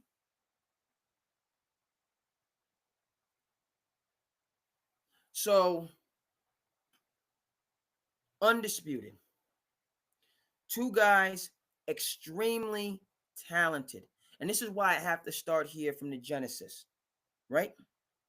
It's because, yes, right now they've parted company, they've gone their separate ways. It's become antagonistic to a certain regard. But the bottom line is, for me, looking at these two individuals, they have so much more in common than they do in opposition. And let me break down what I mean by that. So, yes, Shannon Sharpe, humble beginnings, rural Georgia, working class, you know, Jim Crow, latter years, South, to build himself up. His brother Sterling, NFL level, he, Savannah State, drafted late, 7th round, had to come into the league. I mean, his older brother was there, but he had to come into the league and carve out his own niche. He did that. Denver Broncos were deprived of a championship they should have gotten in 95, came back and won the championships in the late 90s, early 2000s. John Elway rides off in the sunset. Shannon goes over to Baltimore, get a fresh start, teams up with Ray Lewis, and that outstanding defense. Even though he's on the offensive side of the ball, wins another Super Bowl. And then he rides off into the sunset with a Hall of Fame career. But coming from those, right, the roots, the foundation is no heat, no electricity, no running water. Rural South, farm country, working 10, 12, 13, 15, 17 hours a day. That's the foundation for Shannon. Now let's come over to Skip Bayless, folks. Okay? Because again, for me, what Shannon Sharpe is in football, Hall of Famer, that's what Skip Bayless is in media, as a writer, as a journalist. Okay? Skip Bayless, whatever you want to say about him, good, bad, or indifferent, he's a self-made man. He's a self-made man. And he talks about, he did not, now, whatever some of our perceptions and socioeconomic, like we look at people and you judge a book by its cover and think because somebody's white and they're successful, they grew up with a silver spoon in their mouth. This is certainly what I did wrongly about Bobby Hurley Jr. and not liking Duke. And I learned shout out to Woe, shout out to the Miracle of St. Anthony's. I learned you don't judge a book by its cover. But folks, Skip Bayless came from a broken home with two parents that struggled with alcoholism. He's been very transparent about this. This man received 1B in his entire high school career. 1B that he got in driver's ed, I believe. And only because the teacher in that class would not give A's to anybody. That's the 1B that he got, and therefore he was the salutatorian versus the valedictorian of his high school class. Check the receipts on this. You want to talk about a type A personality? You want to talk about an overachiever? You want to talk about somebody, and he's talked about, he doesn't have great relationship with his family, but his brother is this award-winning chef in Chicago. Could have been the chef for Barack Obama in the White House. But that's his brother. They're not super close. I believe he has a sister. They're not close, and he's honest about it. And this is the situation a lot of us go through in life, which I think is why he resonates with people. He's telling you stories that are consistent with what many of our life experiences, the challenges that we have professionally, personally, all that stuff.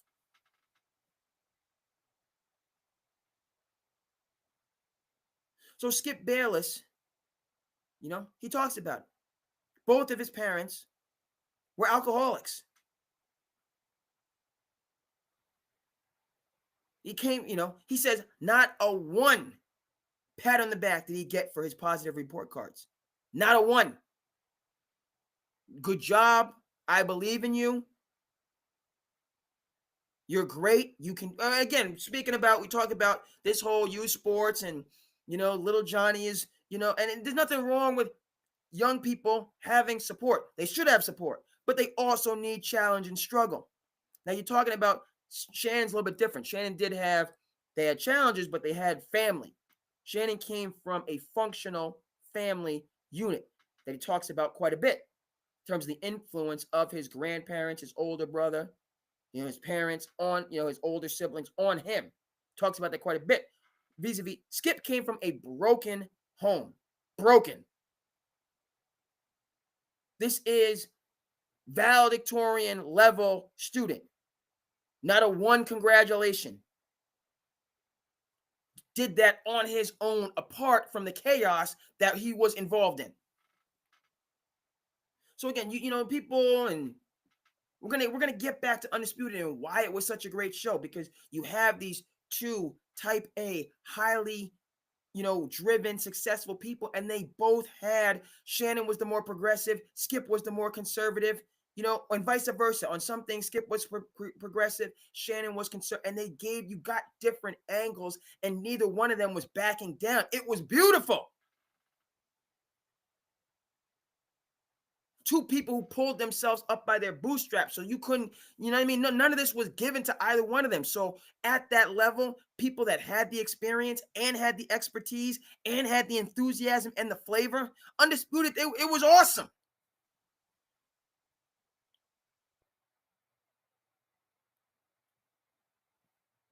Okay, now back to Skip, right? That's a lot of, how he is, and he runs half marathons, and he hasn't had a Twinkie, and he's not always the most personable guy. And he's honest, he talks about that. But he had to come through that situation. He talked, his dad, he says, died younger, in his 40s and 50s. He just had the alcoholism and was not able to come out of that. Talks about his mom, found sobriety, found, AA, never missed a meeting, and she lived on into her 80s.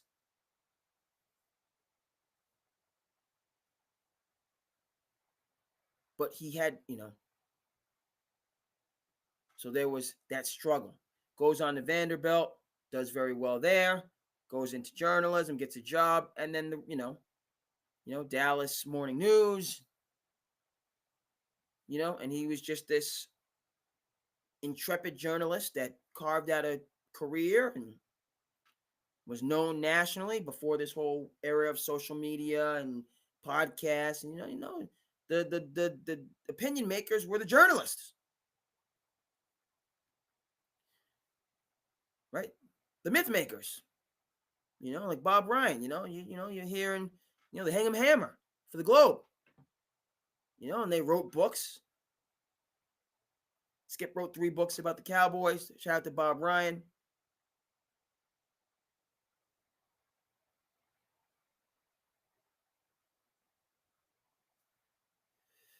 Shout out to Hang 'em Hammer. I'll say it again. By the way, Scribe is a great book. Read that. Read Scribe. Was on point. Dealing with this, we got a lot to get to, folks. SandCity Sports by and for technical. You do all this other stuff and then you forget one thing, so we gotta get okay. First round is over. Round 2 tomorrow. So let's get the Clippers game on. Let's get the Clippers going on. I'm going to come back to this. Anybody like, comment, subscribe. I know it's a little bit late for some on a Thursday. It is what it is, though. We got too much good stuff that's going on. Got to exit this. And hold on. We're going to get into that. Is anybody out there like me that's got all these subscriptions? You don't have time to watch half of them, but you got a zillion subscriptions.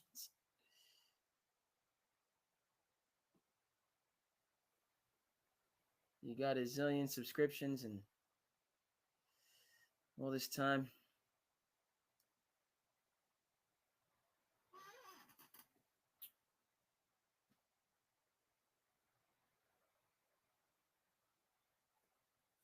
Okay, so we're doing Clippers and we're doing Clippers Grizz. Get that going live.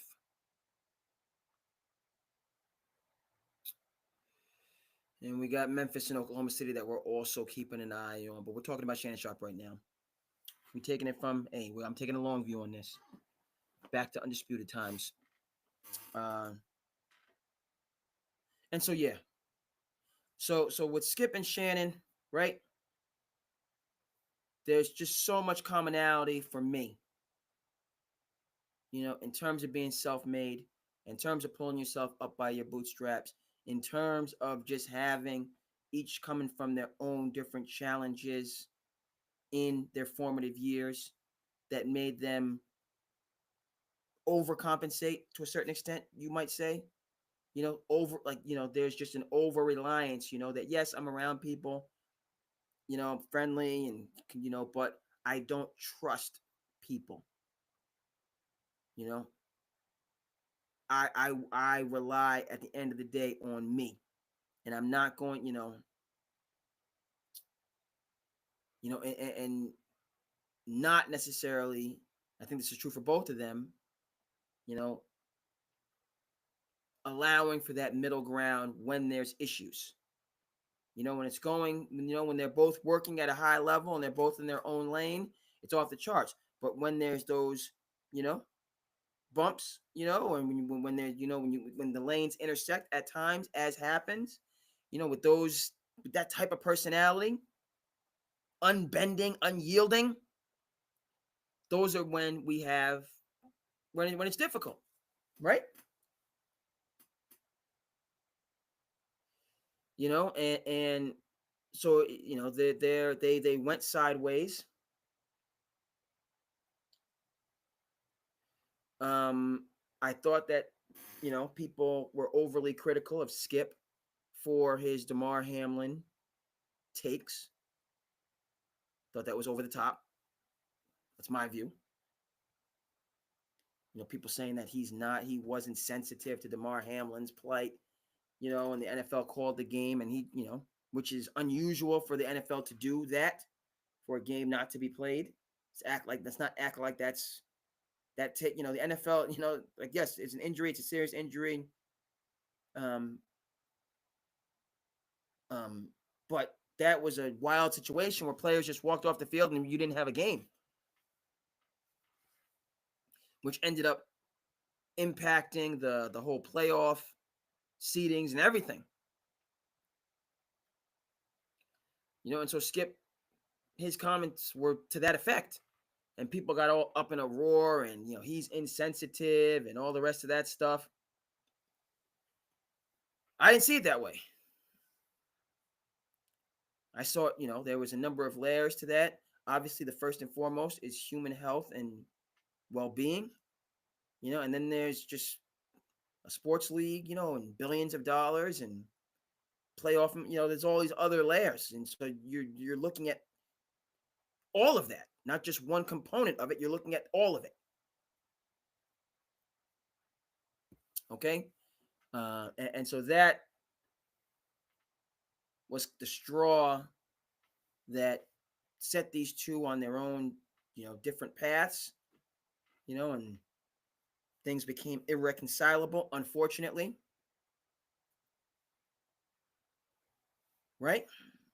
And that's I think it's instructive because you get to these You know, these guys, it's unfortunate we don't have Undisputed. Period. I don't care what anybody says. It's a great show. You know, these guys needed each other. They played off each other. You know, it was a great show. So you had the issue, but you know, long story not so, and you know, there's no reason why that issue couldn't have been worked through, and we couldn't have had Undisputed still going on. Um, you know, it's kind of worked itself out. What I mean by that is, it would have been hard for Shannon to have Undisputed 5 days a week and have Club Shay Shay and have Nightcap. That would have been hard if he's doing 5 days a week, waking up at 2 or 3 in the morning. You know, that's almost impossible because Nightcap, you know what I mean?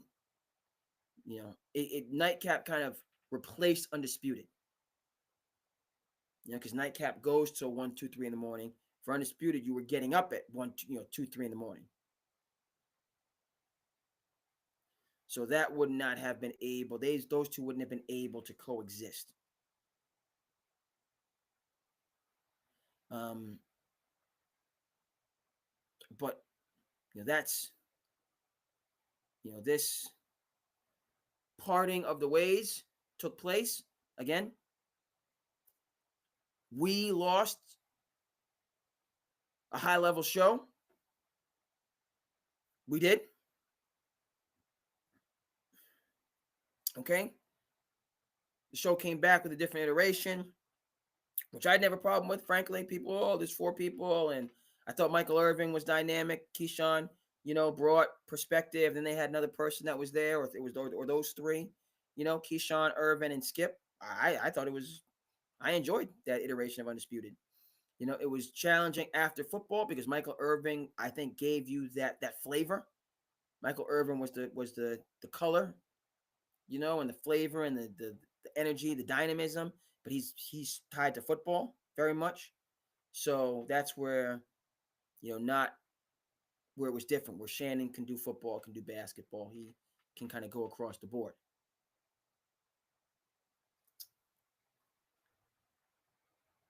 Okay? So and we're going to get to the present, but in terms of Shannon Sharpe, self-made, pulled himself up by his bootstraps, literally, just like Skip Bayless. These two connect. They form Undisputed, just how things work circuitously in life. And it is a success. I would say a runaway success. For all the things that I've just said, they're both just very skilled at what they do. Yeah, Shannon Sharpe's NFL Hall of Famer. Skip Bayless, the journalistic Hall of Famer. All right, Shannon Sharpe can clearly, hold his own in media as he's climbed all the way to the pinnacle of media, as well as being an NFL Hall of Famer in his second act. And we'll get to where we are now, but he did that. And then Skip Bayless, you want to talk, he's a journalist Hall of Fame, but he's also like an elite. People think the Skip is about that life. He might be he looks much younger than how old he actually is. One of these fitness workout warriors. So people, you never played sports. You never ran a marathon. People want to say, you never played sports. You can't talk about it. It's the most ridiculous thing in history. Okay, if that was the case, all the great players would make great coaches, and they don't. It's 2 different competencies. Being a great athlete, being a great journalist, being a great coach, they're different competencies. Oh, well, you never penned a 100, you never penned a 150, 200-page novel, so you can't talk. It's just stupid. When people say you can't talk about something that we all enjoy and appreciate because they don't have specifically one of these competencies, either to play the sport, to coach the sport, or to comment on the sport. So it's, again, to Skip, people, he is a Hall of Fame journalist and he's no slouch athletically, people. Don't sleep on that man.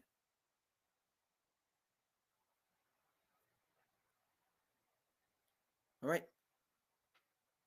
But this is where many of us met Shannon Sharpe, got to know Shannon Sharpe, where he became Uncle Shea through Undisputed, which was awesome. It ran its course. Okay. And then was over. Right? So now, right? Again, talking about the Shannon Sharpe situation, taking the long view. Clippers are up 18, end of the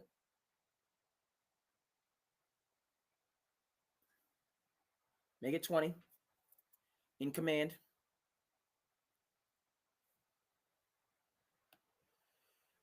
NFL draft first round is over. It went chalk. The surprise was the Giants moved up for Jackson Dart. They did not move up for Shedeur Sanders.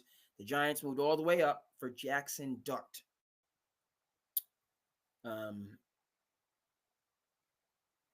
That was the shocker to me.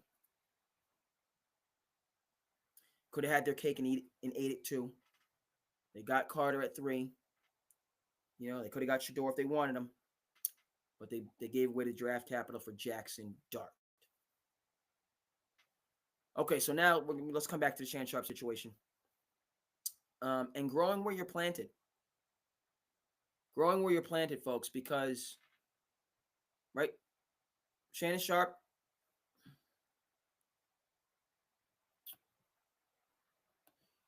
let's get the, okay, let's get that for you on the screen so we can see it.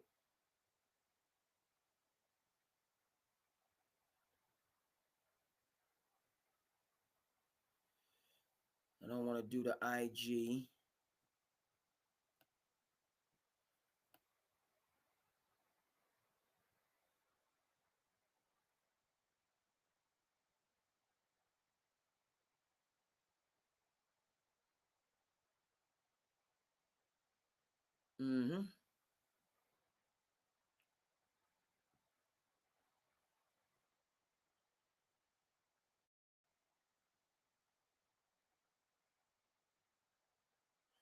Let's see if we can get front office bad.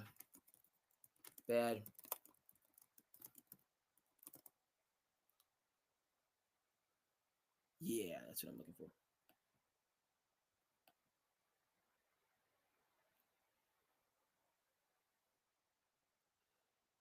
Thank you, Front Office Sports. Shout out. Let's get that for the people on the screen. SandCity Sports, clock strikes midnight. No end in sight for this episode. Hope everybody out there is doing well. SandCity Sports buying for the people.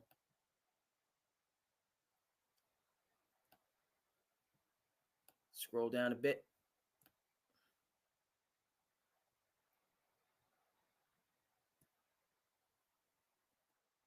Right? Right, because this is where we were a week ago. What did Jay-Z say? It was all good, but a week ago. This is where we were a week ago, folks. Okay, before this story broke.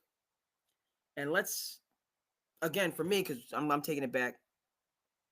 Right, we started with Undisputed. They parted company. They parted ways. And so when that took place, Shannon Sharpe was a man without a home. He was a man, he left Undisputed, he took Club Shay Shay with him, which was developed under the Fox banner, but however that got worked out, so he left Undisputed. He takes Club Shay Shay, which has gone into the stratosphere and was good. Bud Crawford is the most recent, but it was good from the beginning. And then Cat Williams took it into a whole nother level. And then it's just continued to be, outstanding. Vis-a-vis, this $100 million that he used in line for. All right. He didn't have, a 9-to-5. He had Club Shay Shay. Didn't have a 9-to-5. And so all the speculation and how's, and so he links up with Stephen A. Smith in what becomes a stroke of genius. An unbelievable win-win. Because Stephen A. Smith and First Take had gone through many different iterations, but he was not looking for a co-host. same vis-a-vis Undisputed. He's looking for he's Stephen A. Smith is a driving force for First Take, and he has different people come in.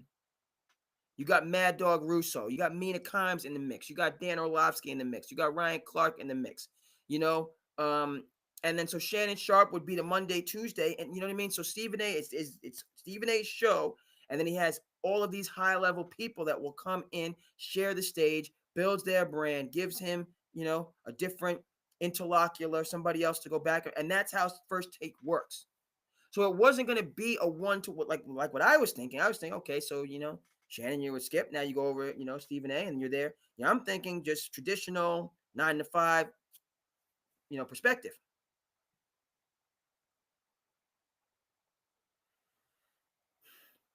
But that's not the way that it worked out. And again, it was lemons to lemonade, folks. Lemons to lemonade. Because instead of, well, you know, this is what I had at Undisputed, and I want this with no. You know, it worked out seamlessly and wonderfully because that 2 days, so I have the ESPN seal of approval. I have that, you know, so I'm an ESPN. There's only a few, particularly in this current where we're living. So you're an ESPN guy, and ESPN wanted Shannon, dare I say, needed Shannon because of this growing audience that he had. Again, Cat Williams had not taken over, but Nightcap was the next project with the volume. Shout out to Colin Cowherd, who's foresaw. Colin Cowherd, the Herd, him and J Mac, they're always, nobody cares, work harder. Nobody cares, work harder. And, you know, Colin, somebody that has success, and that's always, you know, has that Jay Leno about him. You know what I mean? Jay Leno, nah, I'm not touching the 30, 40, $50 million from the network. I'm only spending my comedy money. I'm on the road. I'm spending that road money. I'm not touching the corporate money. That's over here. I'm staying hungry. I'm staying true to this.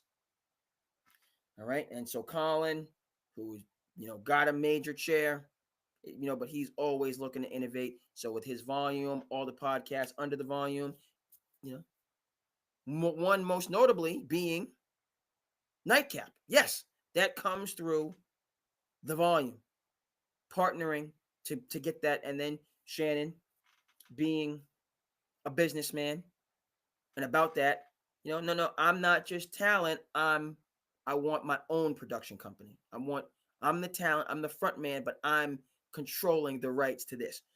Colin, you can get your little piece. You can get your piece, right? But if I'm the front man, I'm the driving force, then, you know, I'm making a decision at the end of the day. Me. I'll make them with you, or you can get your little piece of this pie. More so, I'm making the decision, and you can just get your cut of the action, you know, because you are that initial investor, but it's coming through me. That ownership. Shout out to Own, what Oprah has been telling us for decades now. You want to do something right, you want it your way, you do it yourself. Don't worry, don't tell me about the other people holding you. Do it yourself.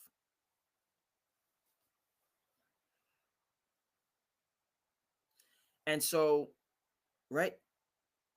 Because again, a year and a half and a year and change. I keep saying year and a half. A year and change.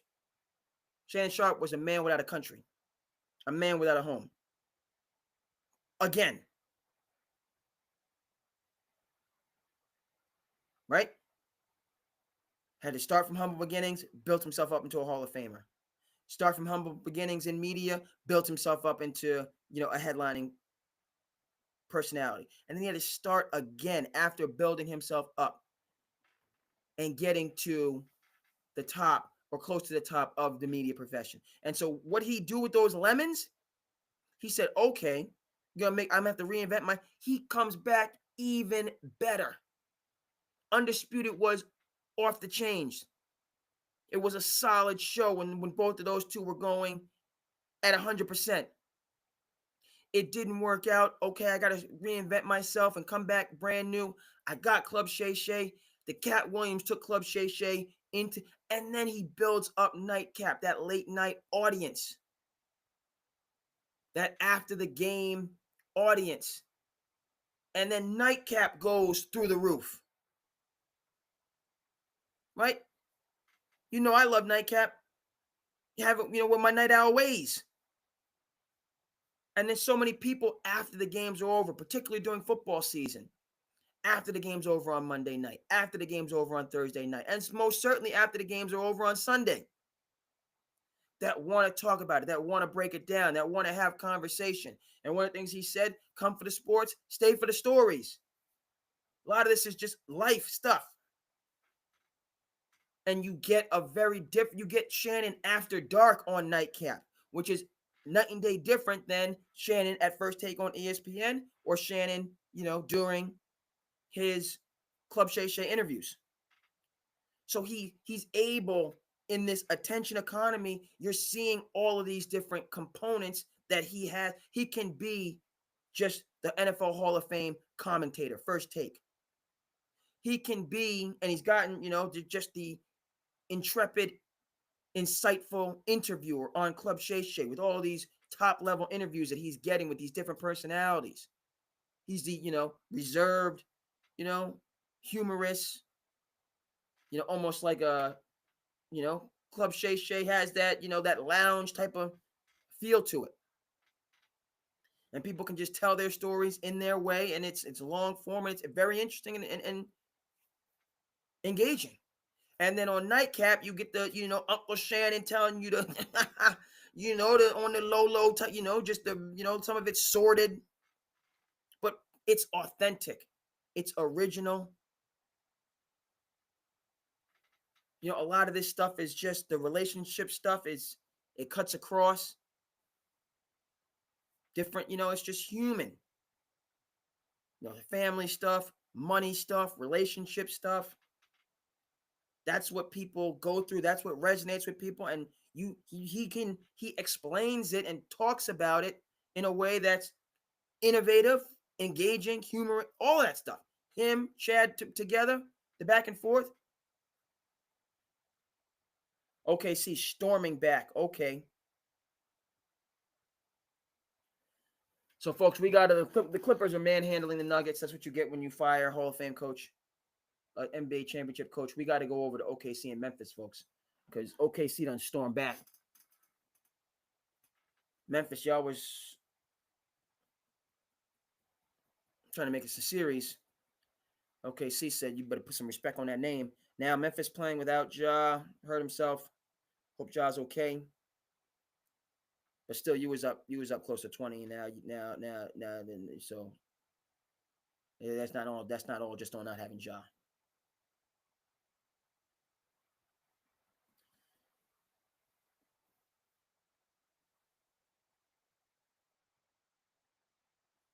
Okay, so we'll stay tapped in with this. Okay, folks. Right? So from undisputed, making something out of nothing, that runs its course,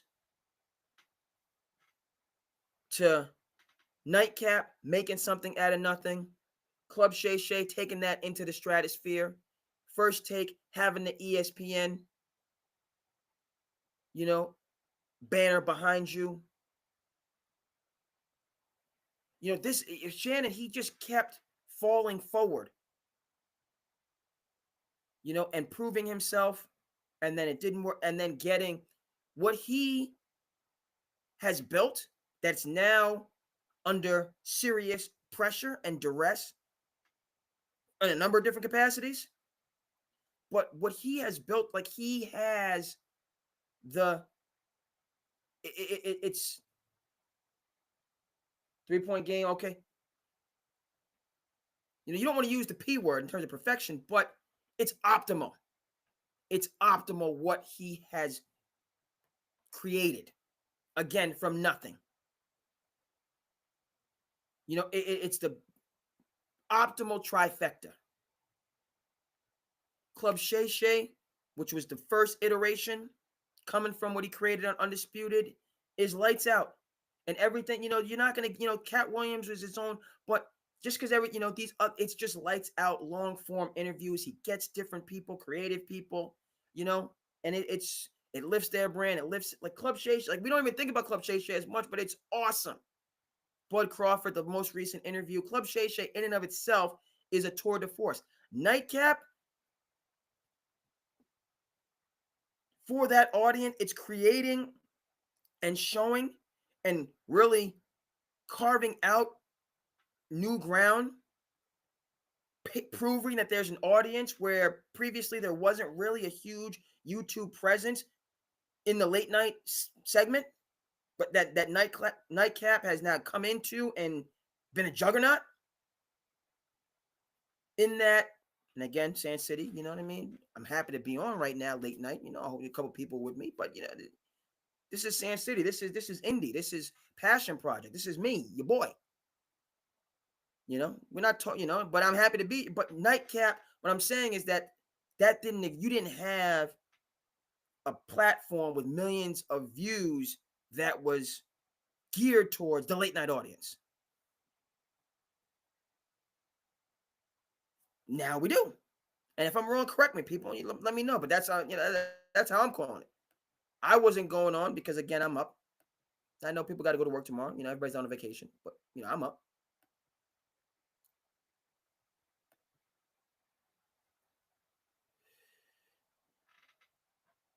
So and then he just had it all. What did we talk about? Shout out to Ken Burns. Tie game, minute 40 left. OKC with the ball. Nobody respects them. Okay, Draymond.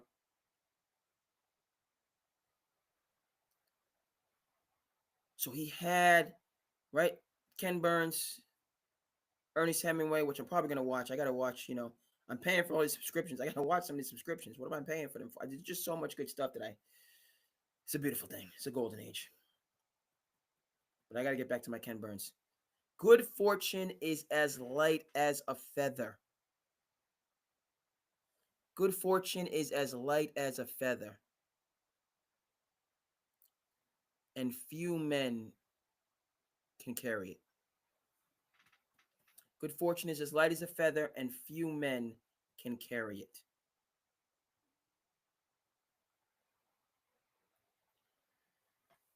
So, okay, so now let's come to the present. Let's come to the present, folks.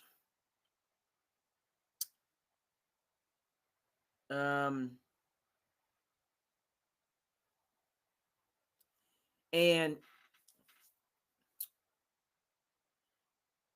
the serious allegations against Shannon Sharpe. Memphis with the ball down one. Bane gets a good look. No dice. OKC with the ball. Look like they're going to free throw line.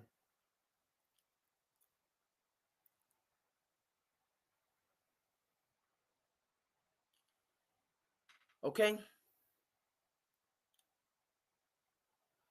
Whereas, Shannon Sharpe, $100 million man, is being sued civilly. He's not being sued criminally. He's being sued civilly. You don't get sued criminally. People just going nuts with kind of, you get charged criminally. You don't get sued, you get charged.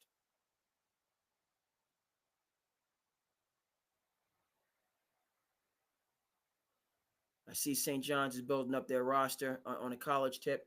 Okay. St. John's has Josan Sanan of Fall River fame going there as well. So we're going to be, I'm excited for that. Excited for what's going on with the Johnnies in Queens, Jamaica, Queens, and excited for a local prospect. Shout out to Jason Sanan of Fall River. Okay. Trains in New Beige. Okay. It's a beautiful thing. Okay, we'll see if Memphis can recover. Okay, now let's a lot. We're gonna lock in for this possession. Memphis was ahead. Now they're down 3. No jaw, no excuses. Down 3. They need something. They need something to get a jump ball. Okay.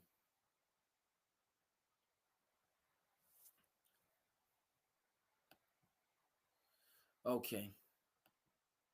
So okay, let's take a look.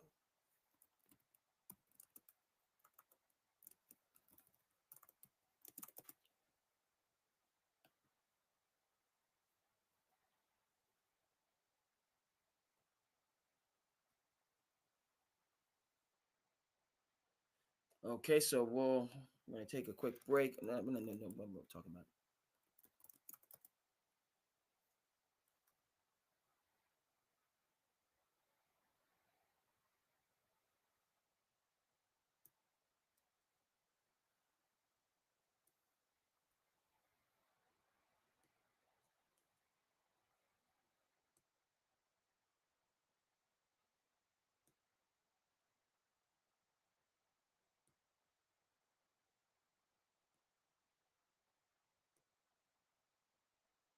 This is not great. Too much dead air. Let's get back to it.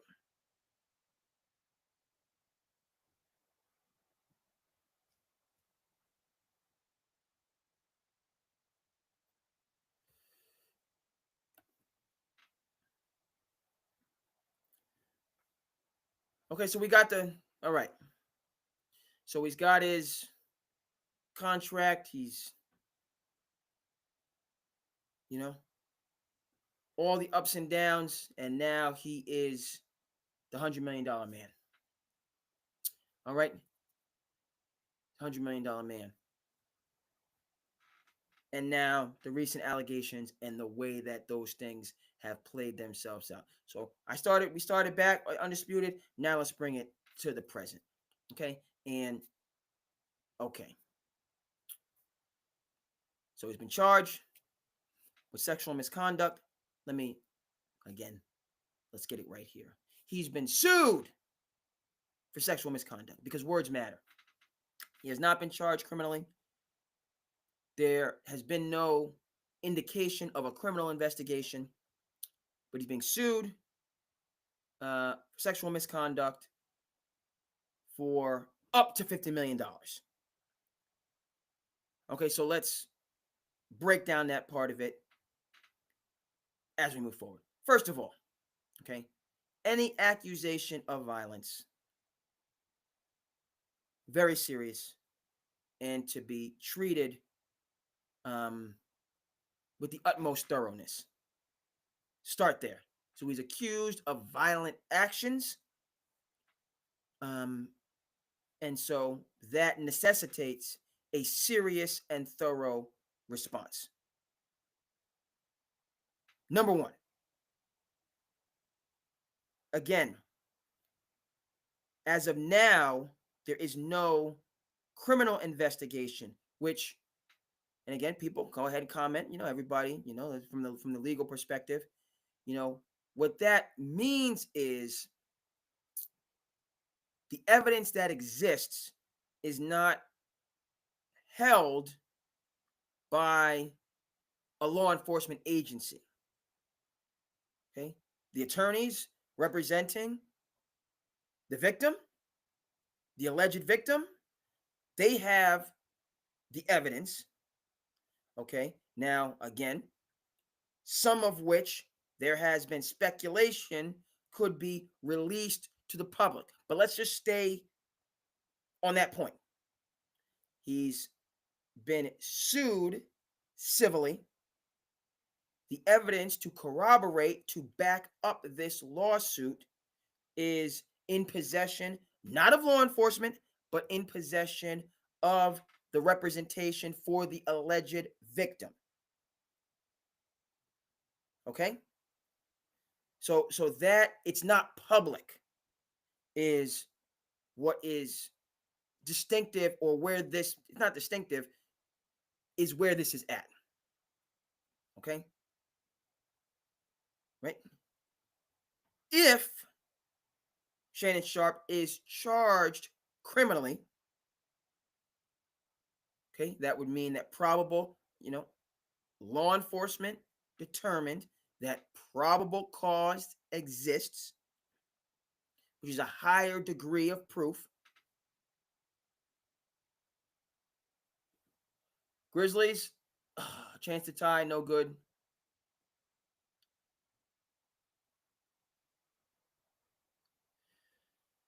Seems like they tried to foul. The refs don't call those fouls sometimes. Grizzlies down 5. Maybe it's time to put some respect on the Oklahoma City Thunder's name. Okay, I know this is without Ja, but still, you're down close to 20 on the road. Memphis has played a lot without Ja.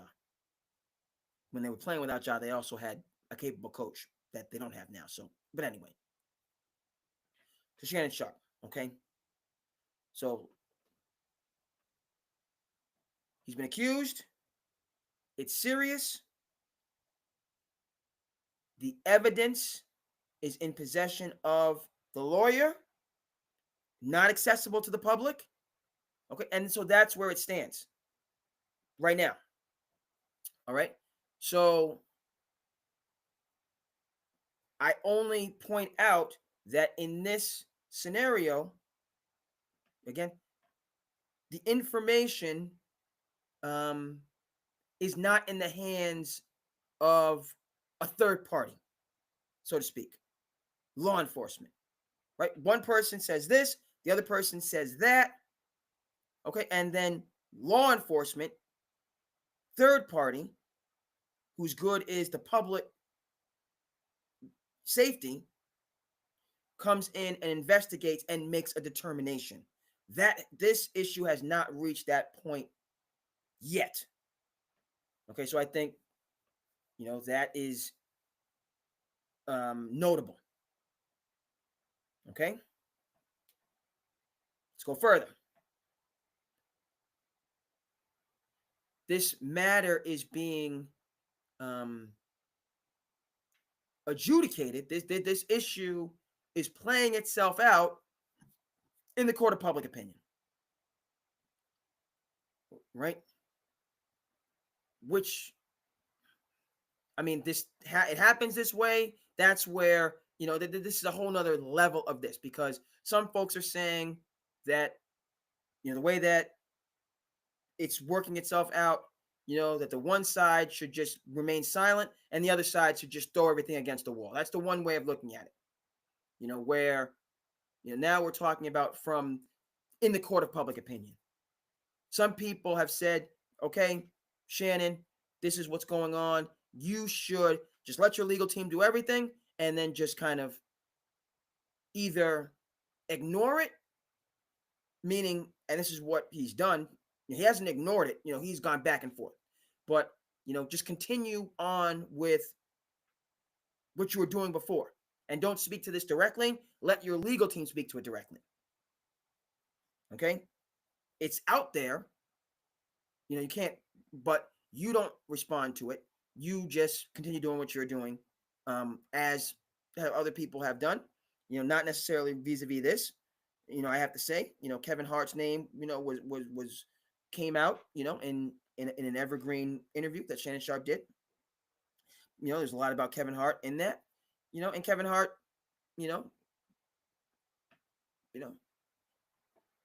didn't punch down at all. He just kept it moving, and that was the end of that. Do you remember? Right, the Cat Williams interview. He had a lot to say about a lot of people, one of whom was Kevin Hart.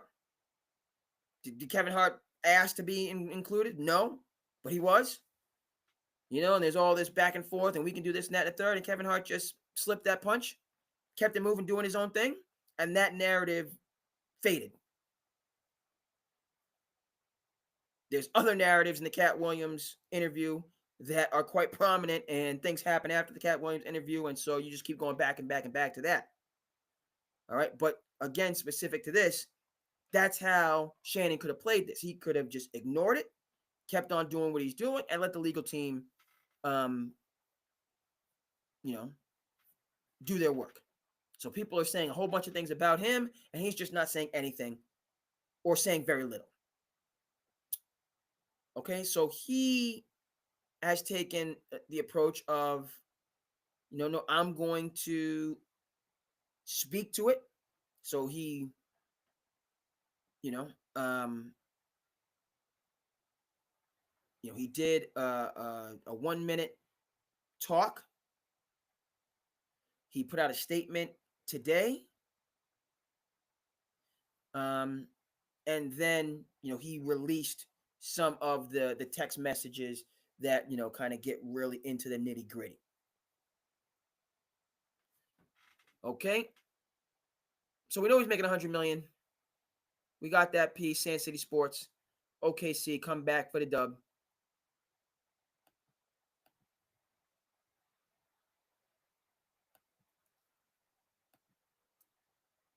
And we'll get the statement up there.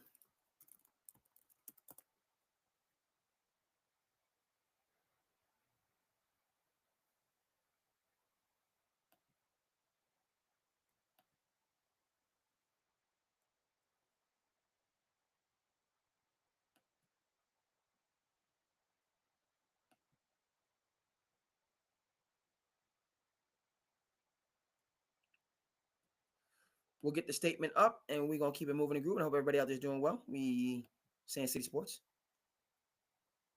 buying 4.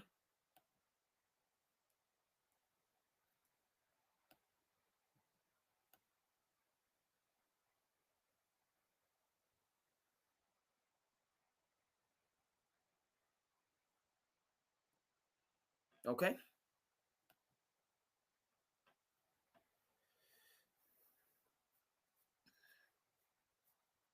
And so Shannon, today he put a statement out.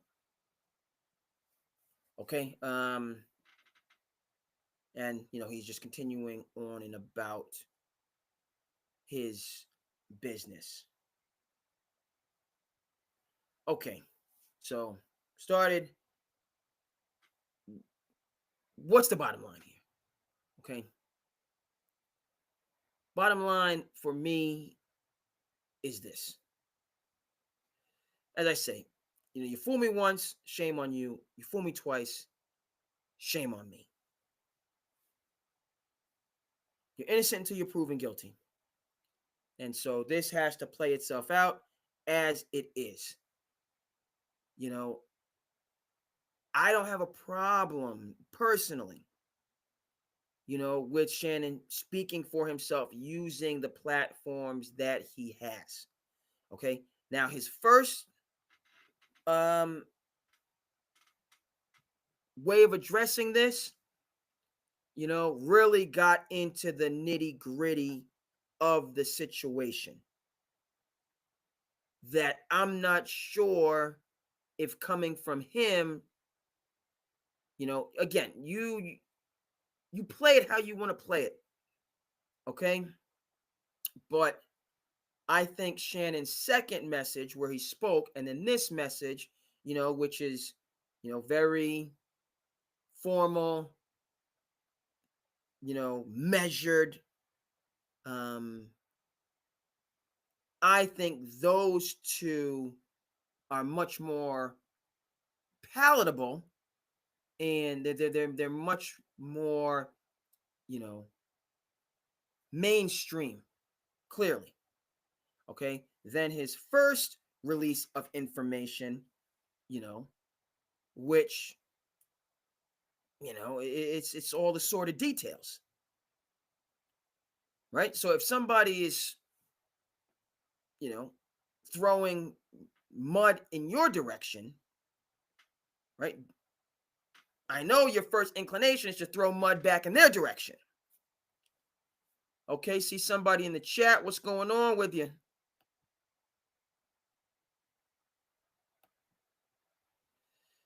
People in the chat, what's up?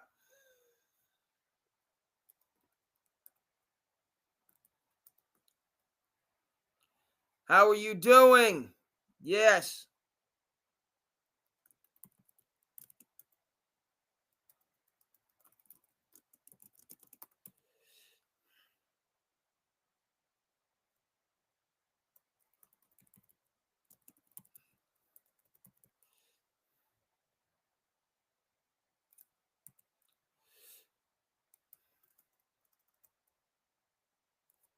Hello.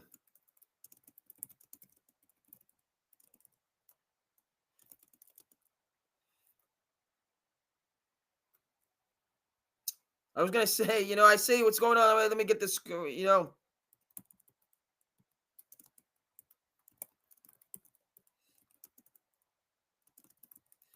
Well,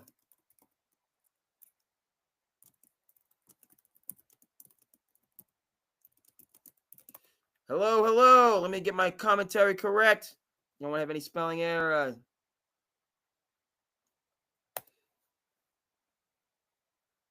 Appreciate the people in the chat tuning in with us. SandCity Sports. Buying for the fans. Okay, folks. Bring the Shannon Sharpe situation to conclusion. SandCity Sports, family friendly. But we have to address the things that are going on. Okay? You do things, how you're going to do them.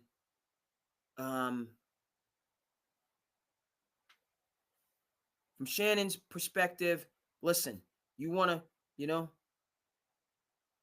this person is trying to do this, so I'm going to kind of match their level. I get that in terms of, you don't want to let anybody kind of push you around.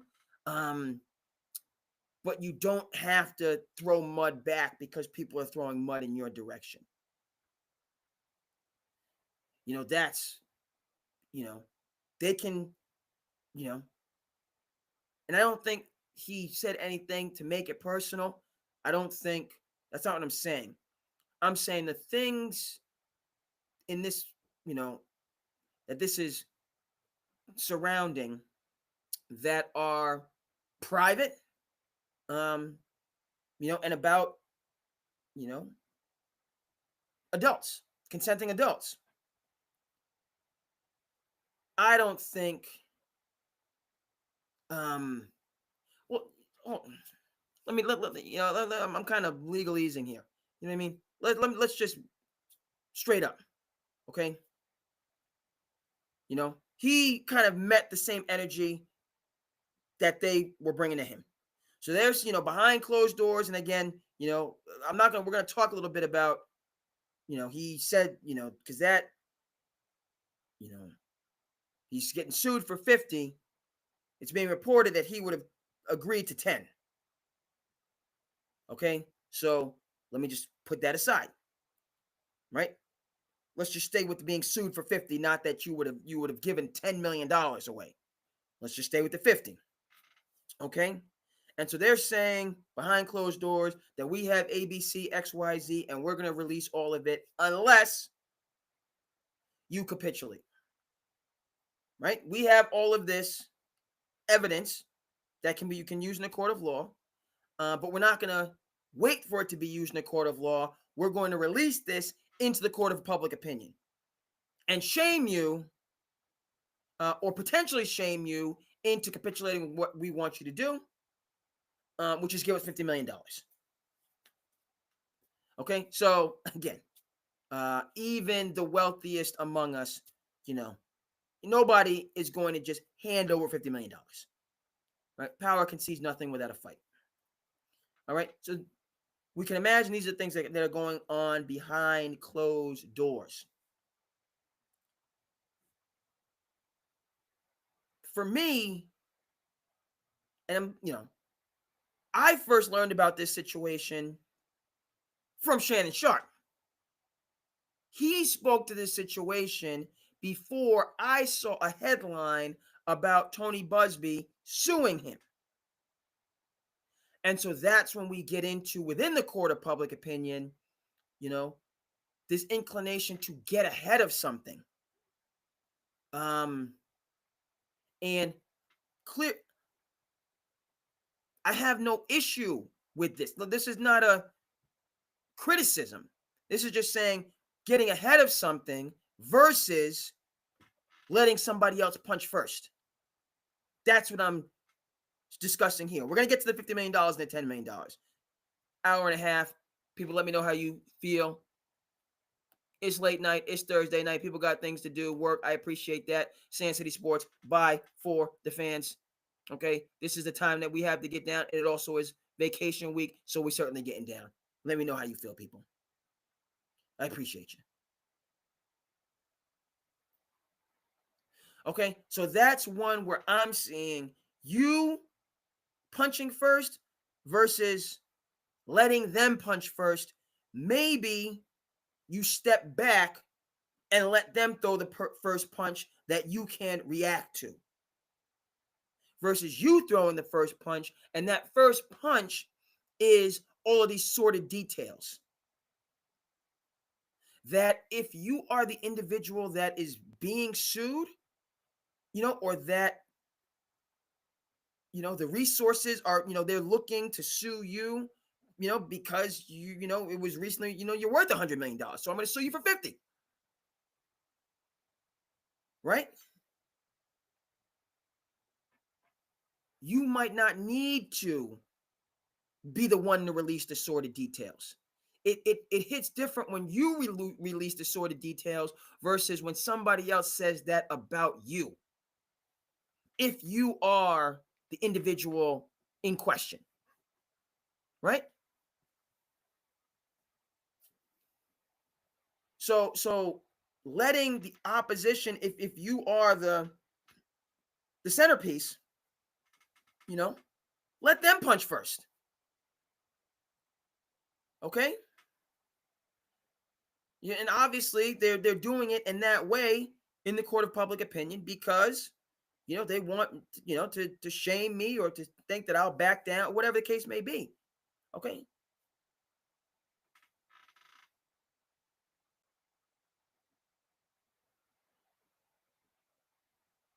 So we see the fall from Ja here just quickly.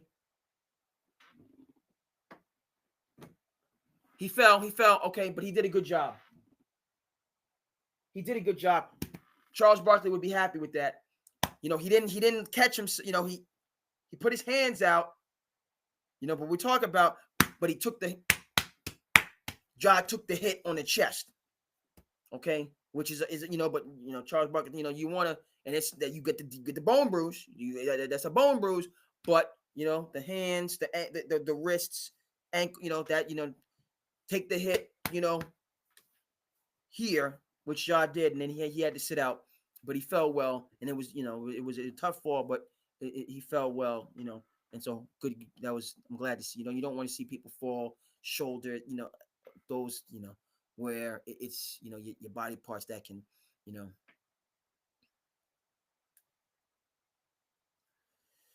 so it was a good fall, it's a good tumble, and Ja's out, and he'll be back.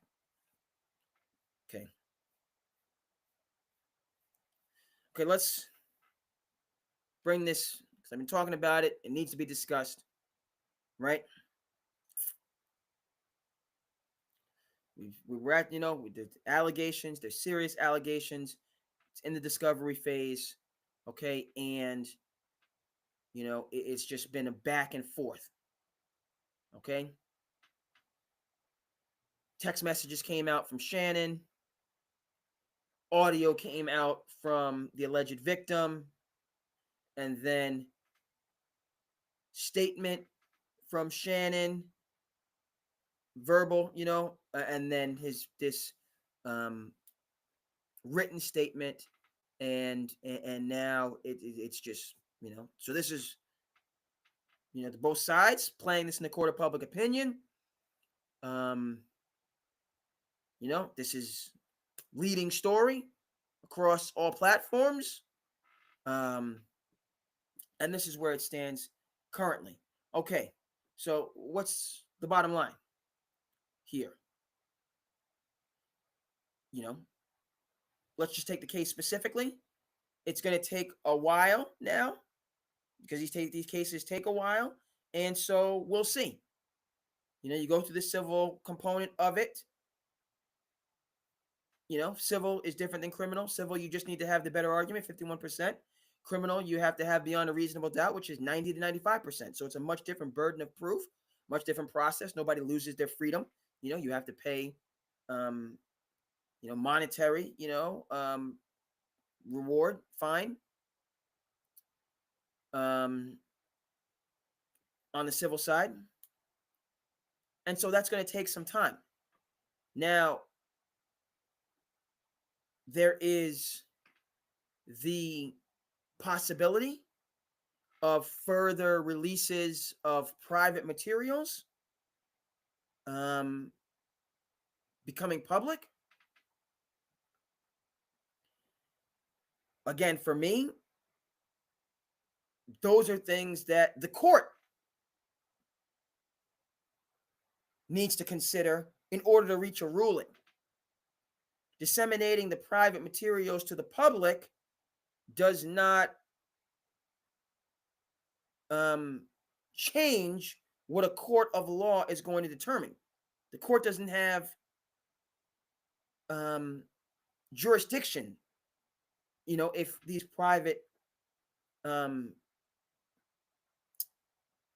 instances are released to news outlets.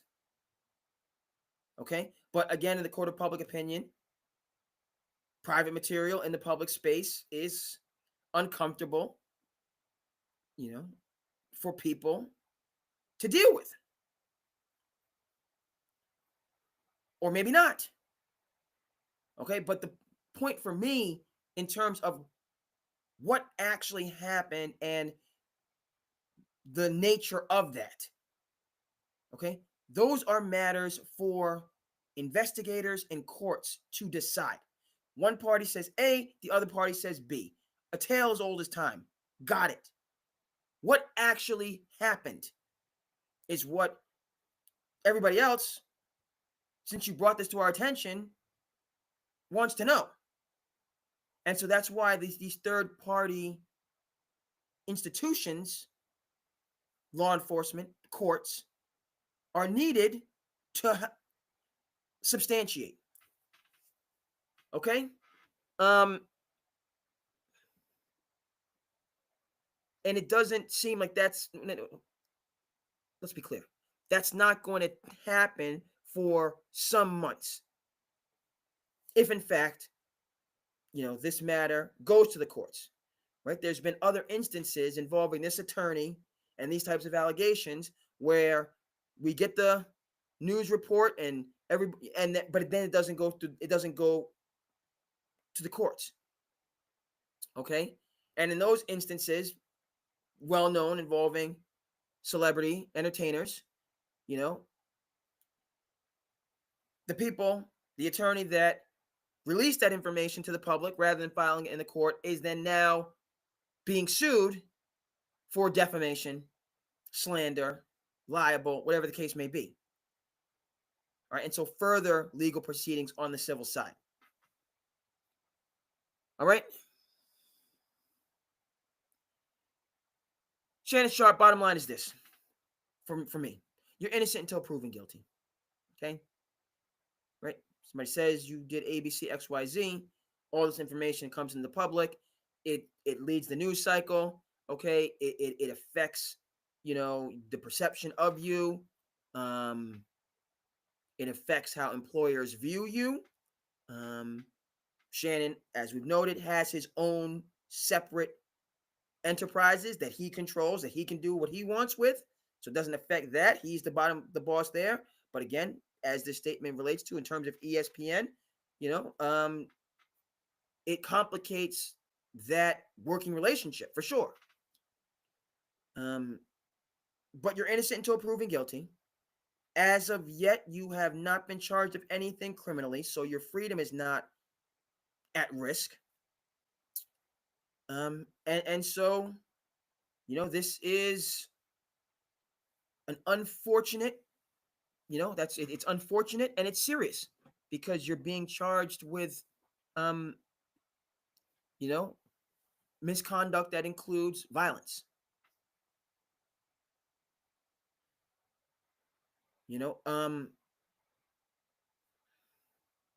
And so we'll see. For me, and I've said it, the courts are the arbiter now that I want to hear from in relation to this. I don't need to hear any more from either side. I know more than I needed to know from both sides about this. But the center of it is an allegation of serious wrongdoing of a criminal nature. That's the foundation for this. that all these other layers and are resting on. All right? And so that's what I need to see in relation to this, or it can just go away. What is the finding relative to the accusations of serious criminal wrongdoing? What are the findings?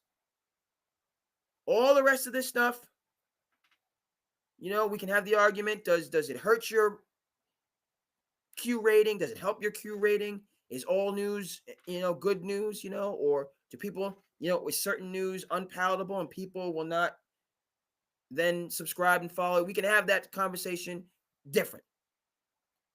What are the actual findings is what I want to know. And the rest, miss me. Miss me with the rest. Now, I'm not better than any, if it's trending and, okay, what the heck is it? If it's news, okay, well, but again, I'm not changing my opinion of anybody. Shannon, the alleged victim, I'm not changing my opinion of anybody until I receive third-party verification. That's me.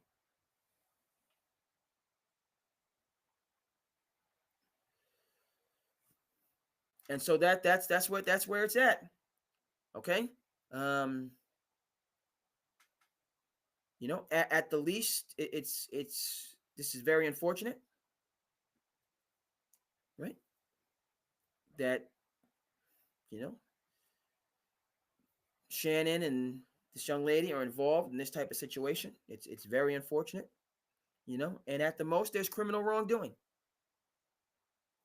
And so we'll see, what the resolution there is. Yes, indeed, folks. So it's been a really good episode. A lot going on. Thrilled that SandCity Sports is able to be with you. Because it's just tremendous. My New York Knicks started it off with a W. Came down to the wire. To the nitty gritty. Had some calls, but the New York Knicks came through with the dub, which is a beautiful thing. Yes, sir. And hold on. Yes, sir. Yes, indeed. NFL draft, first round. Nothing like the NFL draft. All that goes into getting to that moment, the celebration, the appreciation, the family, the friends, the community coming together to, it's a watershed moment, really, and you did it, you made it. But it shows the end of one journey is the beginning of another. And you have that time, and it's important that how we have those checkpoints and those celebrations to, yes, but we get to one place and then it's a whole new journey. So, we wish them well on this next perilous journey. NBA playoffs continue. Oklahoma City was down big. Ja took the tough fall, fell right, fell on his chest. Nothing gave, you know what I mean? So, but we want Ja to come back. But OKC stormed back and got that dub. Okay, and the Clippers are handling business as they should. First-rate organization, not firing NBA championship level coaches. So the Clippers are handling business vis-a-vis the Denver Nuggets right now. Okay, and we are going to get to. We got it. We talk sports around here, but we also talk a little bit of culture. So there's a number of cultural pieces that SandCity Sports that we get involved with. And that we're gonna break down. We're gonna break down. So we're gonna get into this.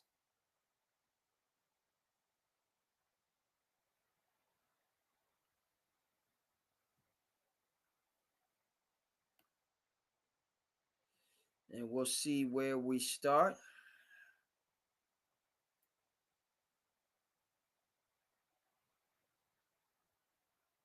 Yes, indeed. Yes, indeed.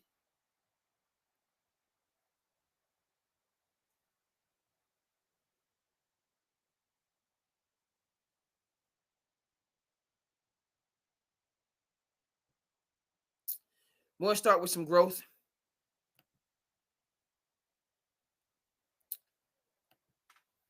Start with growth.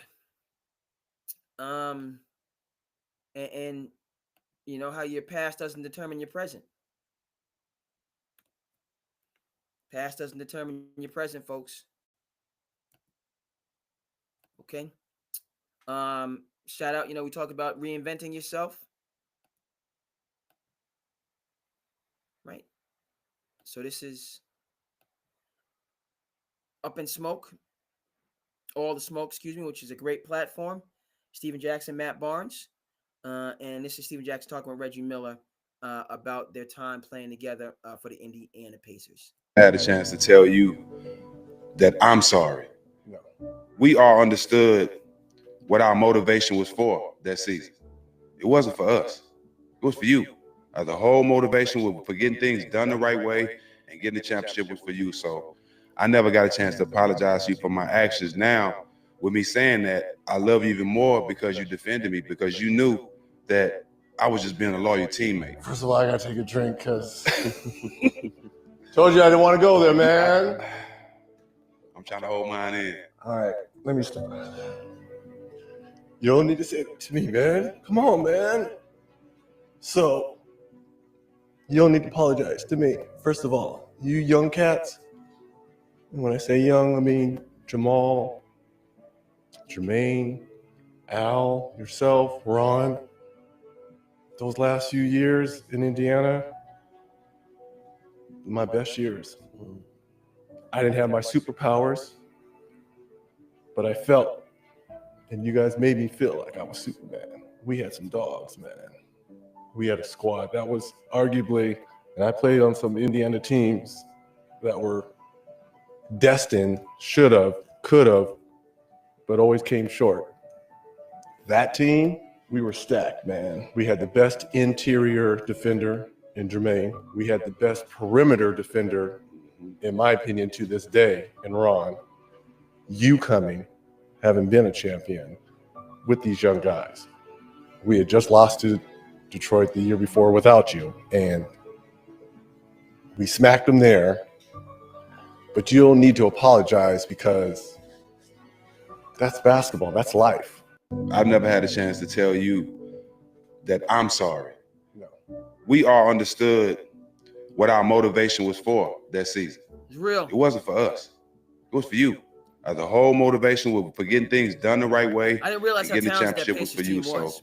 I never got a Yeah, we're chance to gonna watch it apologize to again. you for my We're coming actions. back to watch Now, this one again. with me saying that, I love you even more because you defended me, because you knew that I was just being a loyal teammate. First of all, I gotta take a drink because told you I didn't want to go there, man. I'm trying to hold mine in. All right, let me start. You don't need to say it to me, man. Come on, man. So, you don't need to apologize to me. First of all, you young cats, and when I say young, I mean Jamal, Jermaine, Team was stacked. Al, yourself, Ron. Woo! Those last few years in Indiana, my best years. I didn't have my superpowers, That young Reggie. but I felt. That young You Reggie. guys made me feel like I was Superman. We had some dogs, man. We had a squad that was arguably, and I played on some Indiana teams Yes, you did. that were destined, Smith, should have, Davis could brothers. have, but always came short. Travis Best. That team, we were stacked, man. We had the best interior defender in Jermaine. We had the best perimeter defender, in my opinion, to this day, in Ron. You coming, having been a champion with these young guys. Yep. We had just lost to Detroit the year before without you, and we smacked them there. But you don't need to apologize because that's basketball. That's life. I've never had a chance to tell you.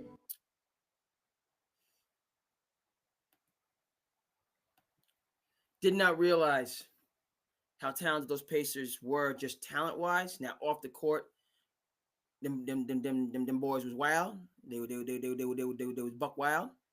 Off the court, not just the Mouse and the Palace, but just they were wild. They were wild. But to hear, and Reggie, that perspective, that gave me a whole just new understanding of those teams. Because again, they were defined by the Mouse and the Palace for me. But that was and that bond that's formed in that lot in those locker rooms, people from all walks and all shades, and but we get to the humanity, and the togetherness and the appreciation and the love, um, and it's instructive. It's not everything. It doesn't, we're still humans. We still need so many other things beyond sports. Sports cannot fill the voids of humanity, most certainly. But we get glimpses. We certainly get glimpses of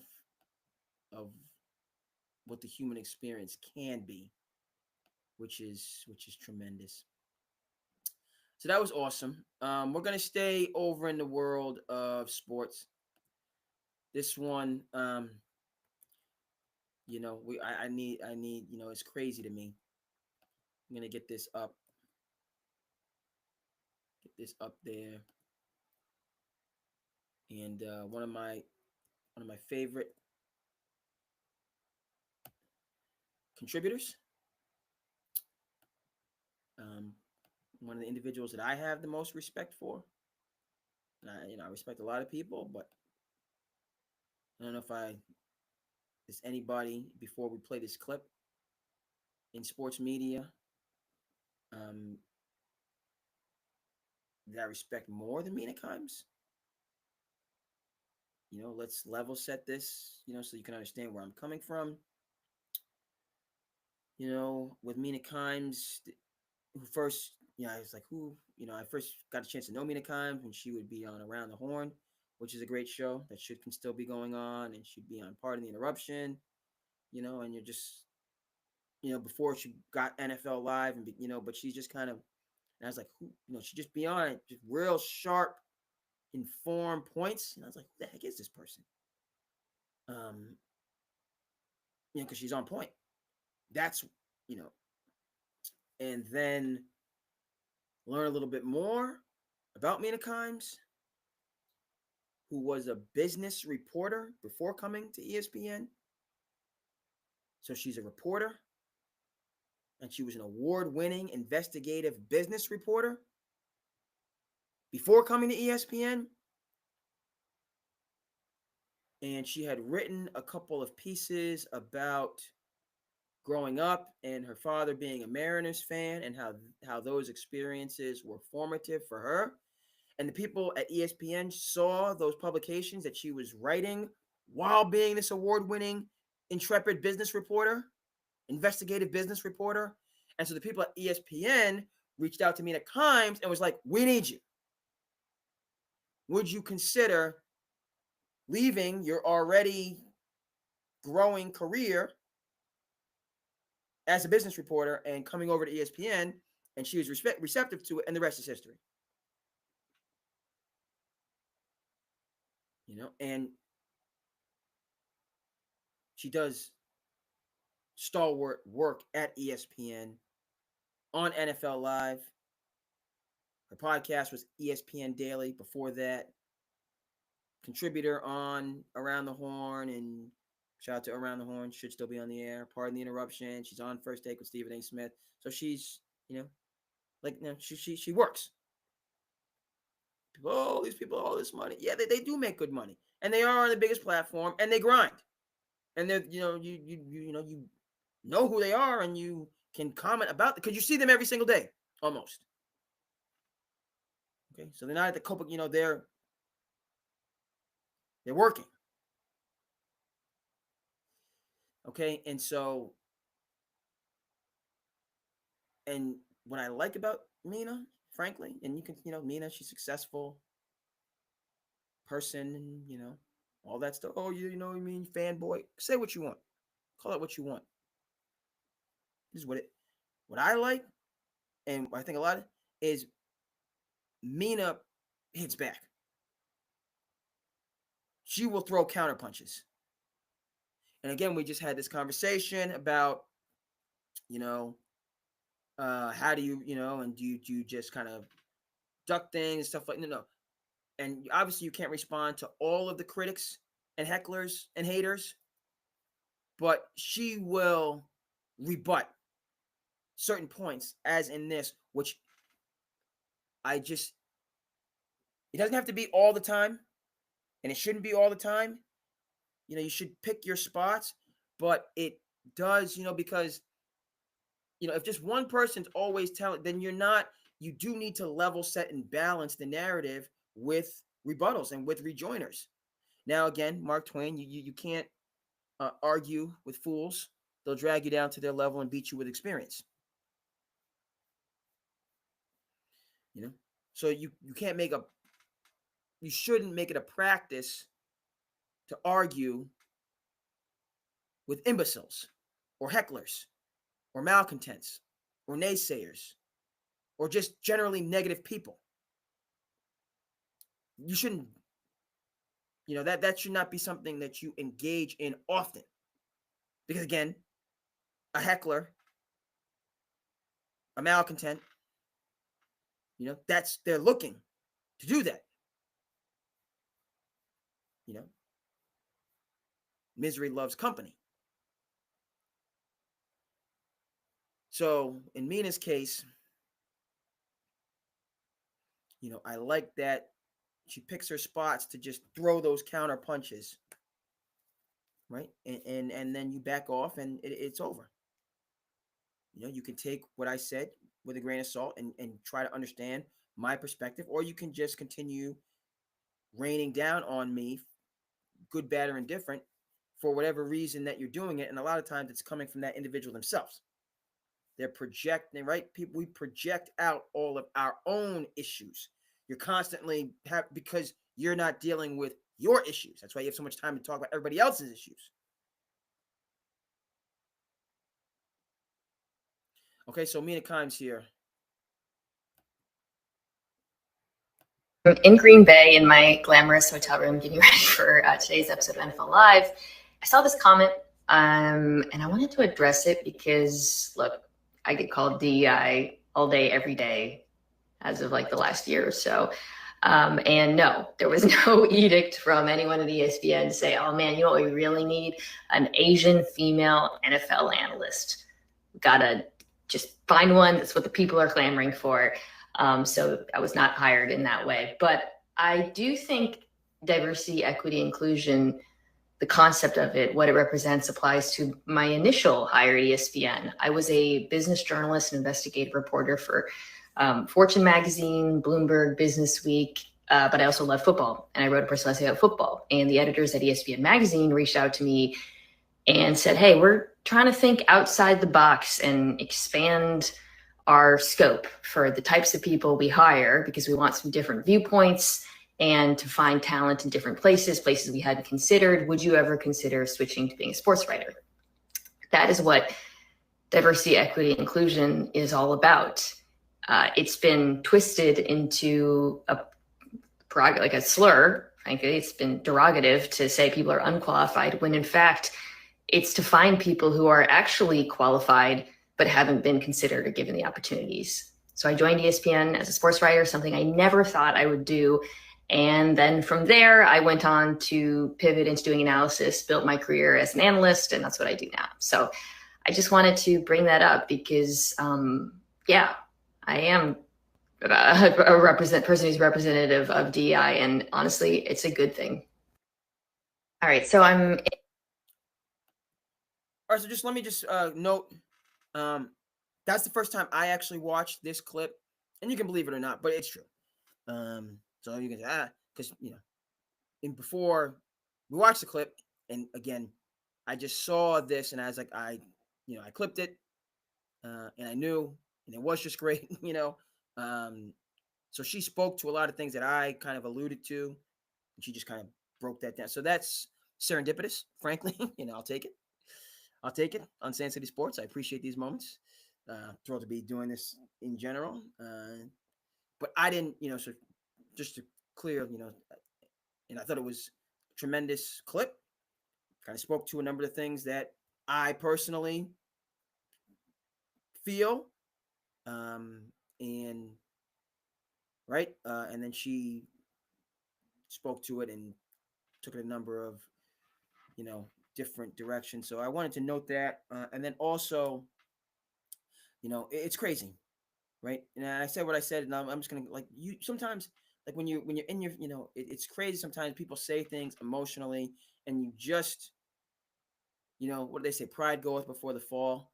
You just don't even understand what you're getting yourself into, or how far off you are. When we get in that way and angry and vitriol and all the rest of this stuff, and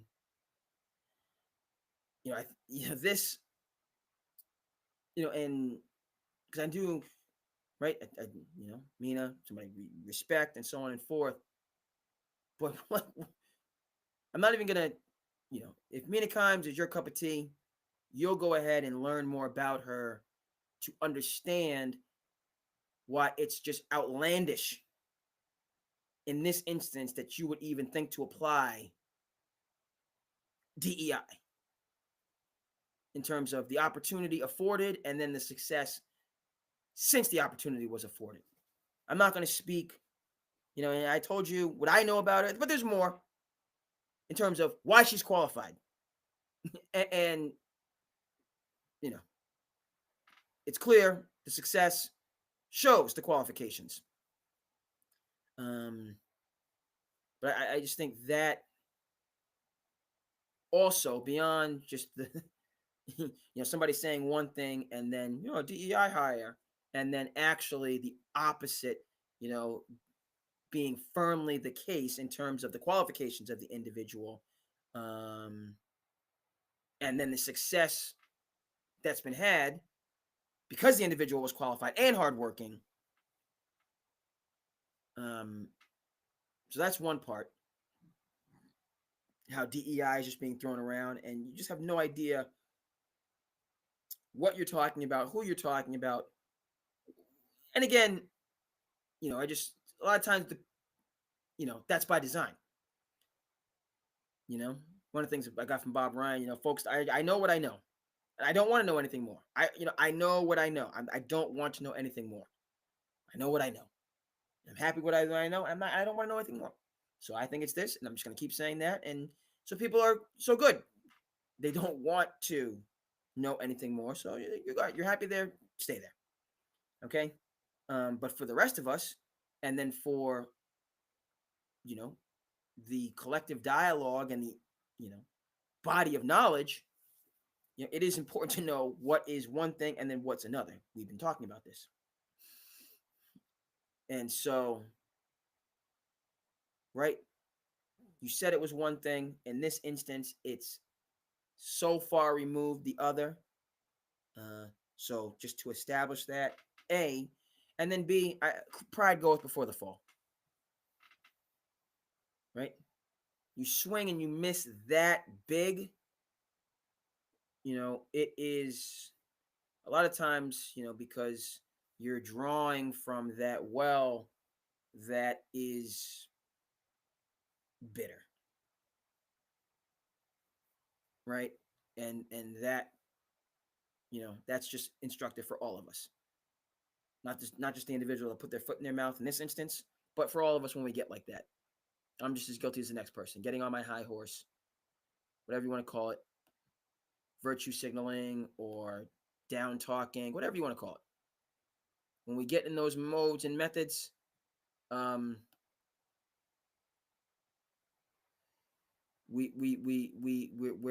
about to, we are about to be in for one.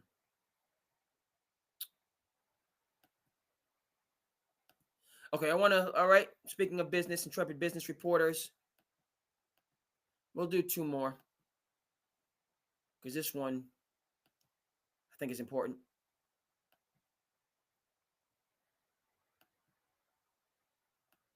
So hold on. I got to bring it over.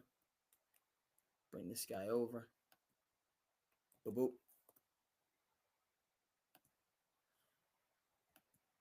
Follow a number of talented folks, and this guy, his takes are just from a business perspective, from a life perspective, work-life balance and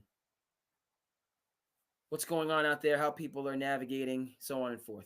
You're spending. It's the cost of living. Here is a breakdown of the average Gen Z and millennials cost of living in today's world. So number one is rent. Everyone knows that Gen Z and millennials have to have a roommate. So splitting a 2-bedroom apartment with utilities is around $1,500. If you have a car, a $12,000 to $15,000 used car is still going to run you $400 a month. Car insurance and gas is another $300. Student loan payment, $500. You're going to have groceries for $500. You're going to have personal care, doctor's appointments, hair, gym, about $150, and then cell phone and miscellaneous $150. That's $3,500 a month, which is baseline. Do you know how much $3,500 a month is? $70,000 a year, or $34 an hour. Because after you take out taxes, put $300 for health insurance, and do a healthy $500 401k contribution, that leaves you with $3,500. This is no fun, no savings, no maintenance, no clothes, no kids, no traveling, no vacations, no bachelor parties, no weddings, no funerals, no clothes, no school supplies, nothing. And this is paycheck to paycheck. And on top of it, they're holding $40,000 of student loan debt, a $15,000 car. And if they ever wanted to buy a house with closing costs and the down payments, another $50,000. So they need $105,000. So even if they were somehow able to scrounge up after $70,000 of paycheck to paycheck, $5,000 to go to a concert, to have avocado toast, whatever it is, $5,000 a year, it would take them 20 years to pay off this debt and save up for a house. 20 years of living with the roommate where that rent's going up, and they're making $70,000 a year as a college graduate. The average person in this country makes $50,000. It is not the overspending. It is a cost of living crisis. It's not the over. Okay, we're gonna watch that again. We're gonna watch that again, and the reason I found this, is because, and we're all trying to, we're looking for ways. This guy just mollywopped through a freaking right cross at me. I looked at it, spending like well over $100 in subscriptions to all these great platforms that I don't even watch. I don't have time to watch, but I feel like I could watch. There's so much great stuff, so I want to keep the subscription. I don't have time to watch it, so I really can't keep all these subscriptions for all these great platforms. Just all of this wonderful content that, of course, we don't have time to watch. So you have to so he said 150 for cell phone and miscellaneous. I was like, man, that's a bit more for me. That I got to get in order. But it's the perspective, that you hear that, something, the overspending is why you can't, so you shouldn't really get that mochaccino latte at Dunkin' Donuts, or you shouldn't, spend that $20 to, with your buddies at their local, whereas meanwhile, last I checked, we're a consumer economy where 70% of spending is consumer spending. Now, of course, that doesn't mean we can all ball out, and have the, but, we're just talking, okay, can I get a donut, an old fashioned donut on the ride home? I can I just like $5 here? And, is that the reason, versus some of these other factors? So we'll break this down, and he has some good comparisons. We'll do this one more time. Spending. It's the cost of living. Here is a breakdown of the average Gen Z and millennials cost of living in today's world. So number one is rent. Everyone knows that Gen Z and millennials have to have a roommate. So splitting a 2-bedroom apartment with utilities is around $1,500. If you have a car, a $12,000 to $15,000 used car is still going to run you $400 a month. Car insurance and gas is another $300. Student loan payment, $500. You're going to have groceries for $500. You're going to have personal care, doctor's appointments, hair, gym, about $150, and then cell phone and miscellaneous $150. That's $3,500 a month, which is baseline. Do you know how much $3,500 a month is? $70,000 a year, or $34 an hour. Because after you take out taxes, put $300 for health insurance, and do a healthy $500 401k contribution, that leaves you with $3,500. This is no fun, no savings, no maintenance, no clothes, no kids, no traveling, no vacations, no bachelor parties, no weddings, no funerals, no clothes, no school supplies, nothing. And this is paycheck to paycheck. And on top of it, they're holding $40,000 of student loan debt, a $15,000 car. And if they ever wanted to buy a house with closing costs and the down payments, another $50,000. So they need $105,000. So even if they were somehow able to scrounge up after $70,000 of paycheck to paycheck, $5,000 to go to a concert, to have avocado toast, whatever it is, $5,000 a year, it would take them 20 years to pay off this debt and save up for a house. 20 years of living with the roommate where that rent's going up, and they're making $70,000 a year as a college graduate. The average person in this country makes $50,000. It is not the overspending. It is a cost of living crisis. It's not the That guy just broke it down. He broke it down. I feel a little bit down. He broke it down. The cost of living. I can't deny. Yikes. Need to follow some of this more. This guy's. I'm not following. I should be following. Let's follow this guy. No, I think I'm following him on the other platform. I'll follow him on this one too. He's got good takes. That take was awesome.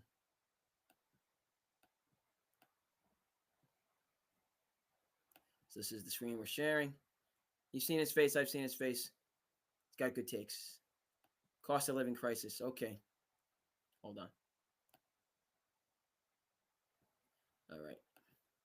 Okay, so I want to get one more in.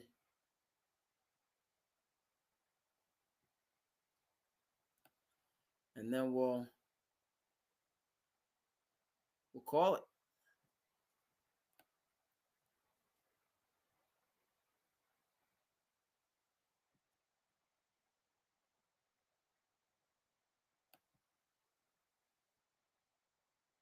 No, I can't do it. Hold on.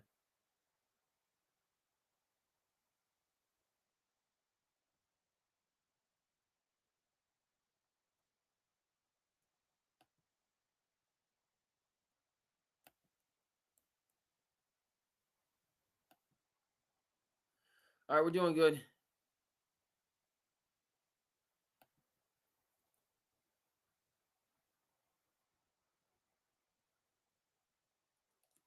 Let's see if this one will.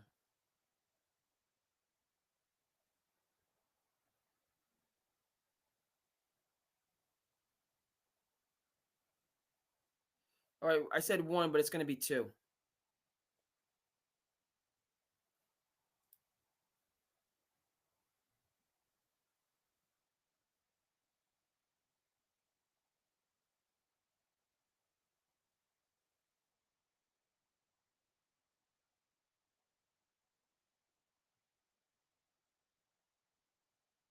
I don't know if I can get, hold on.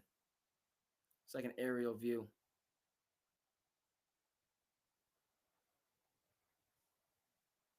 It's a bit odd. All right, we're going to do this one.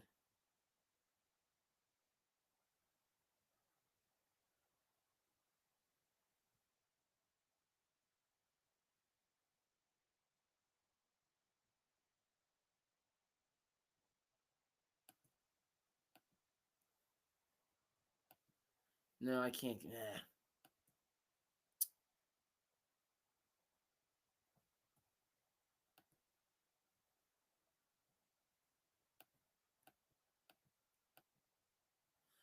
Threads is different than IG, so I can't manage these as well. Poor programming to end. Not going to do those.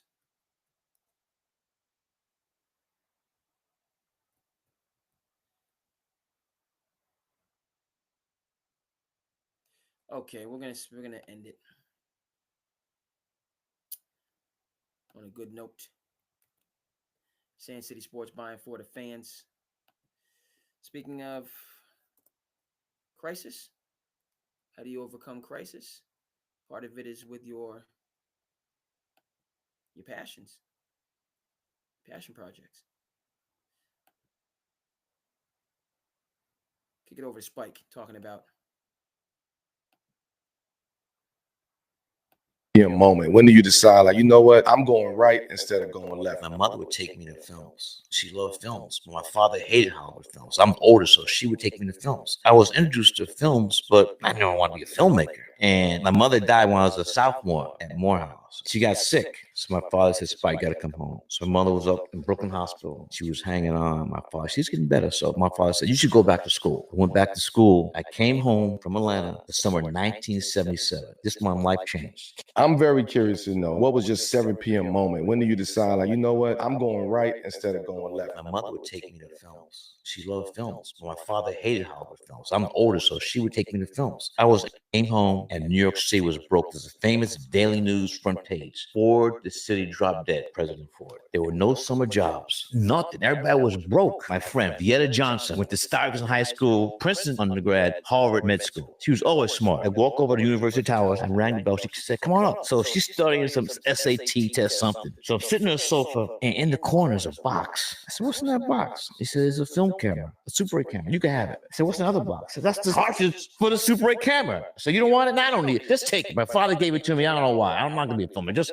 take it. So I had something to do. So I spent the whole summer filming. 1977 was the summer of the blackout. And I made the film about the summer of sin. Came home, and New York City was broke. There's a famous Daily News front page. Ford, the city dropped dead, President Ford. There were no summer jobs, nothing. Everybody was broke. My friend, Vieta Johnson. Also, it was the first summer of disco. 77. Every playground, DJs hooked up their turntable and speakers to streetlights. So I had this footage. When I came back to Atlanta, I declared a major, mass communication major. It was not at Morehouse, it was at Clark College across the street. So mass communication was film, TV, radio, and print journalism. And now my teacher, great man, Dr. Herb Eichelberger, the film teacher, he says, you should make a documentary out of it. I spent the whole semester making this documentary called Last Hustle in Brooklyn, because hustle was the dance at the time. Dr. Herb Eichelberg, he took an interest in me. So even when there were days where we didn't have class, he would come in and open up the film lab so I could edit. Second semester, I showed the film, the class liked it. I said, bet, by hook or crook, I'm going to be a filmmaker.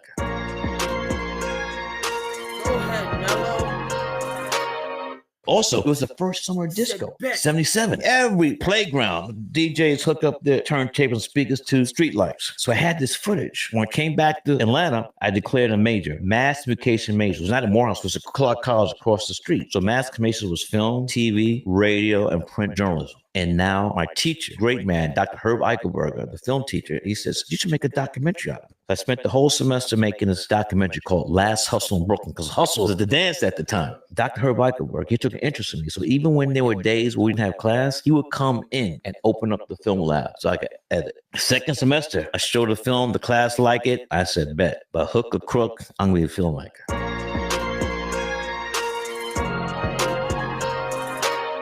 Also, yes, sir. Talk about my inspiration.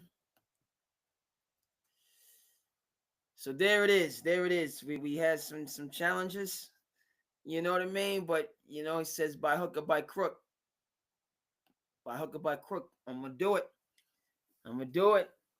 That Spike, when you get that Spike Lee joint, you know you're in for a good one. You know, so we see both sides of it. We see the challenges in terms of the previous, and then we end on a good note. You know, with Spike, just in terms of that's crazy. He didn't even. I always thought he always wanted to be a filmmaker, but that's just a passion that came upon him, and you know he kept going. You know, in that way and with that momentum, and the rest is history. So shout out to. You know, 40 Acres and a Mule is his. I think Florentine Films. That's Ken Burns. 40 Acres and a Mule, Spike Lee joint. You know, that's his production company. And that's where we're going to leave it, folks. Thank you so much, okay, for tuning in. And we're going to be right back with you. A lot that's going on in SandCity Sports. We're here for all of it. All right. So thank you for tuning in to SandCity Sports. I'm your host, the Cape Cod Kid, artist formerly known as Andre King. And we will see you again the next time. Peace.